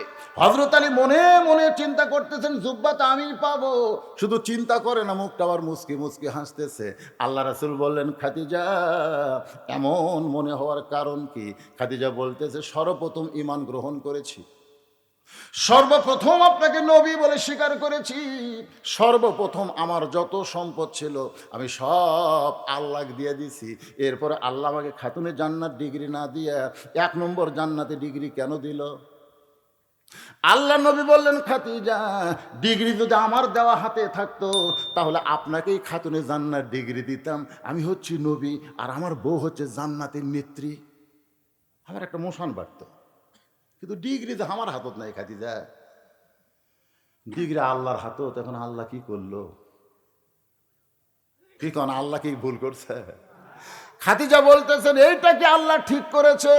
রাসূল বলে, খাদিজা আমার 2টা প্রশ্নের উত্তর দাও, তাহলে বুঝতে পারবা ঠিক না বেঠিক। খাদিজা বলে, হুজুর প্রশ্ন করেন। 1 নম্বর প্রশ্ন হলো, খাদিজা আপনি বলেন তো কত বছর বয়সে আপনি ঈমান গ্রহণ করেছেন? খাদিজা বলতেছে 55 বছর বয়সে। মশান মারতেছেন। ঈমান গ্রহণ করার আগে আপনি কি ছিলেন? খাদিজা বলতেছে, আমি কাফের ছিলাম। রাসূল বলেন, খাদিজা আপনার জীবনের 55 বছর আপনি কুফরি হালে কাটাইছেন, এখন বলেন তো আপনার মেয়ে ফাতেমা কত বছর কুফরি হালে ছিল? খাদিজা বলতেছে, জান্নাতি জান্নাতি জান্নাতি, আমার ফাতেমা জন্মসূত্রে জান্নাতি। কোথায় আপনি 55 বছর কুফরি হালে ছিলেন আর আপনার পেটের ডা? 1 নম্বরে তো আপনি সাইজ হয়ে গেলেন, 1 নম্বরে আপনি ঠকে গেলেন। 2 নম্বর প্রশ্ন উত্তর দেন। ও খাদিজা, আপনার নাকের সাইজ, মুখের সাইজ, গায়ের রং, দাঁতের ঢপ, মাথার চুল, এইগুলো কি দুনিয়ার কোনো পুরুষ মানুষ দেখছে? আপনি কি হিসাব করে বলতে পারবেন? খাদিজা বলে, ইয়া রাসূলুল্লাহ 40 বছর বয়সে মক্কার যখন সবচাইতে ধনবতী রমণী ছিলাম, ওই সময় অনেকগুলো ব্যবসা বাণিজ্য পরিচালনা করতাম। ওই ব্যবসা বাণিজ্য চালানোর সময় হাজার হাজার পুরুষ মানুষের সঙ্গে আমার লেনদেন হয়েছে। অনেক পুরুষ আমার দাঁতের সাইজ, মুখের সাইজ, গায়ের রং, নাকের সাইজ বলতে পারে। আল্লাহ রাসূল বলে, খাদিজা এখন বলেন তো ফাতেমার মুখের সাইজ, ফাতেমার দাঁতের সাইজ, ফাতেমার মাথার চুল, ফাতেমার গায়ের রং দুনিয়ার কত পুরুষ দেখেছে? খাদিজা বলে, পর্দানিশী, আমার ফাতেমা পর্দানিশী। রাসূল বললেন, শুধু পর্দানিশী হওয়ার কারণে আল্লাহ ফাতেমাকে জান্নাতি নারীদের নেত্রী বানাইছে। আমার মায়েরা যারা পর্দায় আছেন, মা সেই ফাতেমার সঙ্গে যদি জান্নাতে থাকতে চান, হাজার আমলের কোনো দরকার নাই, একটা আমল আপনারা করবেন, সেই আমল হলো পর্দা। কি 4 মিনিট হয়নি? অরাদান বাড়ির যে রাগ না করে যে হুজুর কি এক জুব্বার ওয়াজ ধরলো, আমাকে ওয়াজ নাই। সুবহানাল্লাহ। আল্লাহ নবী বললেন, রে সাহাবীরা শোনো, বাবা আদম থেকে আমি নবী পর্যন্ত যত নবী দুনিয়াতে আইছে, এই নবীর বিবিরা জান্নাতি, কিন্তু জান্নাতি নারীদের নেত্রী কোনো নবীর বিবি হতে পারবে না। এমনকি আমি নবীর কোনো বউ জান্নাতি নারীদের নেত্রী হবার পারবে না। জান্নাতি নারীদের নেত্রী হবে আমার কলিজার টুকরা মেয়ে ফাতেমা। এই ফাতেমার স্বামী যিনি, তিনি হলেন পৃথিবীর শ্রেষ্ঠ স্বামী।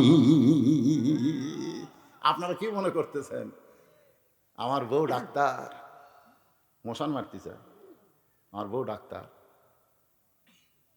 আমার বউ মাস্টার, আমার বউ পড়বে স্যার, খুব মশান মারতেছেন। তাহলে আমার বউ জান্নাতি নারীদের নেত্রী, এই কথা যখন হযরত আলী বলবে, মশান কেমন হবে চিন্তা করে দেখেন। মশানটা কি? এই জন্য রাসূল বললেন, পৃথিবীর শ্রেষ্ঠ স্বামী আলীর মতন যোগ্যতাপূর্ণ ভাগ্যবান স্বামী আমি নবীও হতে পারিনি। সুবহানাল্লাহ কর না কেন? আল্লাহ নবী বললেন, রে আমার সাহাবীরা, বাবা আদম থেকে আমি নবী পর্যন্ত যত নবী দুনিয়াতে আইছি, এই নবীর বেটারা জান্নাতে যাবে। অনেক নবীর বেটারা নবী হবে, কিন্তু জান্নাতি যুবকদের সর্দার কোন নবীর সন্তান হতে পারবে না। জান্নাতি যুবকদের সর্দার হবে আমার হাসান হোসাইন। পিতিবিন সাইদুস শাবাবে আহলুল জান্নাহ হাসান হোসাইন। এই হাসান হোসেনের বাবা যিনি, তিনি হলেন পৃথিবীর সৌভাগ্যবান বাবা। আপনারা কি মনে করতেছেন জান্নাতি যুবকদের সর্দার কয়টা? কথা কয় না। এটা তো আপনাদের মুখস্থ হওয়ার কথা। প্রত্যেক জুম্মার দিন সানি খুতবার মধ্যে ইমাম সাহেব শোনায় না, সাইদুস শাবাবে আহলুল জান্নাহ হাসান হোসাইন রাদিয়াল্লাহু তাআলা আনহুমা। এটা আরবিতে কয় তো বাংলায় বোঝে না, অর্থ জানে। জান্নাতি যুবকদের সর্দার দুইজন হবে। আচ্ছা, সর্দার যুবকদের সর্দার যদি হাসান হোসাইন হয়, তাহলে বুড়াকের সর্দারকে?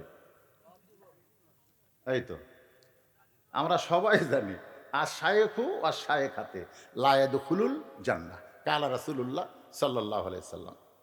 বুড়া বুড়ি কোনোদিন জান্নাতে যাবে না, এই কথা যেই কইছে, সামনে বসে এক সাহাবী, বুড়া সাহাবী কান্না শুরু করছে। রাসূল বলে, কান্দো কেন? বলে, হুজুর আমার জান্নাত। রাসূল কই নাই। সাহাবী কয়, হুজুর আমার জান্নাত কই না। হাই কান্না। রাসূল কিন্তু তাবাচ্ছুম মুচকি হাসি পছন্দ করতেন, একটু ঠাট্টা মশকরাও রাসূল পছন্দ করতেন। বুড়ার কান্না দেখে রাসূল বলেন, থামো, আল্লাহ তোমাকে জান্নাত দিবে। যেই কইছে দিবে, ওর চোখের বাড়ি মুছে মুচকে মুচকে হাসে। রাসূল বলতেছে, এই বুড়া বয়সে জান্নাতে গেলে তুমি কি চাবা? কারণ এক এক ব্যক্তির এক এক রকম চাহিদা আছে, জোরে কোনো আছে নাই, তো তুমি কি চাবা? তো বলতেছে, হুজুর আল্লাহ যদি আমাকে জান্নাত দেয়, জান্নাতে যায় আমি ইটের, সোনার ইটের বাড়ি চাই। বুড়া মানুষ কিন্তু বাড়ি পছন্দ করে, জোরে কোনো ঠিক কিনা? দেখবেন দাদা সবসময় বাড়ি ধরে, আর লাতি সবসময় গেলে পাড়া ঘরে। একদিন দাদা লাতি, এই শয়তান, গোটা পাড়া ঘুরিস কে? তখন লাতি কয়, কে দাদা? আমার বয়স আপনি। আমি যা শয়তান আসনো ভাই, মানে আসল কথা কথা মানে এমন একটা বয়স থাকে, এই বয়সের নাম হলো ঘোড়ার বয়স। জোরে কর, কি বয়স? কিন্তু যখন বুড়া হয়ে যায়, রাসূল বলেন, এরপরে কি চাও? বলে, সোনার হীরা জহরতের বর্তন চাই। রাসূল বলেন, এরপরে কি চাও? বলে, আঙ্গুর ফলের বাগান চাই। রাসূল চমকে বললেন, এত ফল থাকতে আঙ্গুর ফলের বাগান কেন? বলে, হুজুর আমার একটাও দাঁত নেই। আল্লাহ যদি আপেল ফলের বাগান দেয়, পেয়ারা ফলের বাগান দেয়, খালি দেখা লাগবে কিন্তু খাওয়ার উপায় নেই। কিন্তু আমার মাসরা শক্ত, দাঁত পড়ে গেলে এই জায়গা কিন্তু শক্ত হয়ে থাকে, এই জায়গার মধ্যে আঙ্গুর ফেলা যদি ঠাসিয়ে দেই, ওই রস দিয়ে আমার পেট ভরে যাবে। আল্লাহ রাসূল বললেন, সাহাবীরে তুমি পুরুষ মানুষ, তুমি কি জানো আল্লাহ প্রত্যেকটা জান্নাতি পুরুষকে 70টা বউ দিবে। যাদের বয়স হবে 16 কি 17, এরকম 70টা বউ পাইলে তুমি করবে কি? সাহাবী বলে, হুজুর দেখা ছাড়া উপায় নাই। রাসূল বলেন, আল্লাহ কি তোমাকে বউ দেখার জন্য দিবে নাকি? বুড়ো সাহাবী বলে, হুজুর আমি কি করব? মাজা ঠিক মতো খাড়া হয় না, তাহলে এতগুলো বউ আমি কি করব? রাসূল বলেন, সাহাবী শোনো, আল্লাহ যখন তোমাকে জান্নাত দিবে, তখন এই বুড়া অবস্থায় দিবে না, আল্লাহ সবাইকে যুবক বানাবে। এই কথার দ্বারা বোঝা গেল, জান্নাতি যুবকদের সর্দার হাসান হোসাইন শুধু যুবকদের হবে না, সমস্ত মুসলমান পুরুষের জন্য সর্দার হবে। ধরে কোন কথা ঠিক কি না? রাসূল বললেন, সাহাবীরা রে, আনা মাদিনাতুল ইলমি ওয়া আলিউ বাবুহা। ধরে কোন সুবহানাল্লাহ। আমি হচ্ছে এলেমের শহর, আলী হচ্ছে তার দরওয়াজা। আপনারা বলেন তো, মেরাজে রাসূল কতক্ষণ ছিলেন? ঘুরে আসা দেখে ওযুর পানি করতেছে, আবার ঘরের শিকল পর্যন্ত নড়তেছে। যেই ঘর থেকে বের হয়ে গেছেন, সেই ঘরে আয়েশা থেকে শিকল নড়তেছে। যে পানিতে উযু করেছেন, ওই পানি তখনও ঘটতেছে। আপনারা বলেন তো কতক্ষণ? কেউ কয় 27 সেকেন্ড, কেউ 27 বছর। আরে সবই বোঝেন, কিন্তু বলবার চান না। লম্বা টাইম, এটা কি সাধারণ কথা মনে করছেন? আল্লাহ নবী দুইজনা প্রেম করেছেন গোপনা, মাঝখানে তো অন্য কারো জায়গা ছিল না। জায়গা যদি থাকিত জিব্রাইলকে নিত, দরজার বাহিরে আল্লাহ ব্রেক করাতো না। সবাই বলেন, আল্লাহ নবী দুইজনা প্রেম করেছেন গোপনা, মাঝখানে তো অন্য কারো জায়গা ছিল না। বাদান, যেটা দুনিয়াতে ফেরেশতার মাধ্যমে বলা যায় নাই, অনেক গোপন কথা আল্লাহর ছিল। এই কোরআন কিন্তু গোপন না, কোরআন লৌহে মাহফুজ থেকে আগে জিবরাইল মুখস্থ করেছে, তারপরে নবীর কাছে আবার শুনাইছে। তার মানে বোঝা গেল এই কোরআন কিন্তু গোপন না। কিন্তু ওই লাইলাতুল মিরাজে আল্লাহ নবীর সঙ্গে যে গোপন গল্প করেছিল, সেই গল্পের একটা বাস্তব রূপ হলো জুব্বা। আর ওই জুব্বাটা হলো আনা মাদিনাতুল ইলমি ওয়া আলিয়ু বাবুহা। জোরে বলেন সুবহানাল্লাহ। এটা আমি আপনাদের বুঝাই দিচ্ছি, পানির মতন সহজ হবে। যতক্ষণ বুঝান লাগবে, ধরেন ঘড়ি ধরে আর 10 মিনিট, এই বুঝ পর্যন্ত আপনাকে থাকা লাগবে। রাজি আছেন? কারা কারা দেখি আল্লাহকে একটু দেখাইতে দেখি। লিল্লাহে তাকবীর। আপনারা কিন্তু হাত তুলছেন, আল্লাহ দেখছে, ফেরেশতারা আবার ভিডিও করছে। হাত নামান, হাত নামান, ভিডিও হচ্ছে। এখন যদি মাদ্রাসার জন্য কিছু চাই, ধরেন 5 মিনিট 10 মিনিট, আর আপনার যদি মাজা সোজা করে দাঁড়ান ভাই, এই দাঁড়ানা মাত্রই লিমা তাকুলু মালা তাফালু, মানে আপনি যে কথা বলেন, হাত দেখালেন, তার সাথে আপনার আমলের মিল নেই। আল্লাহ বলেছে ওই মুসলমান হয়ে ঢুকলো কিন্তু মুনাফিক হয়ে বের হলো। তা আপনারা কি মুনাফিক হবেন? একজনও তার মাজা সোজা করেন না, তাহলে তারাই মাজা সোজা করবে যারা আমার কাছে টাকা নিয়ে আসবে, তারা উঠবে। তাহলে দান করা ছাড়া ওটা চলবে না। এই আল্লাহর বান্দারা যারা বসে, এবার তোরকে এখন কি ব্যারাম ধরে, এখন ওটা বসে না, এরা আবার আদায় তোলে না, বোঝেন না, খালি ওয়াজ করা তোলে। আদায় তোলা দরকার। কোন বক্তা কিরকম আদায় করার টেকনিক, লাইভ যাচ্ছে, হয় দেখাও, গোটা বিশ্বের লোক দেখুক যে আপনার ইয়ারা কি কয়, এটা যে আল্লাহর বান্দা হবে কেবলমাত্র সেই জান্নাতে প্রবেশ করবে। আর এই বান্দা হওয়ার নিয়ম কারণগুলো আলোচনার ভিতর দিয়ে আপনাদেরকে বোঝানোর চেষ্টা করেছি। ভাইজান, আমাদের সামনে ফজরের নামাজ রয়েছে, ঠিক কিনা বলেন? নামাজের কথা চিন্তা করলেই, ঘড়ির দিকে তাকালেই চিন্তা হয় যে আমরা কি জামাতে পড়তে পারবো।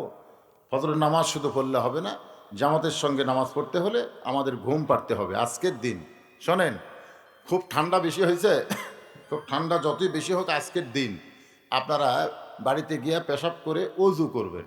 আজকের দিন এটা কি নামাজের অজু না, এটা হলো ঘুমের অজু। জোরে কোন কিসের অজু?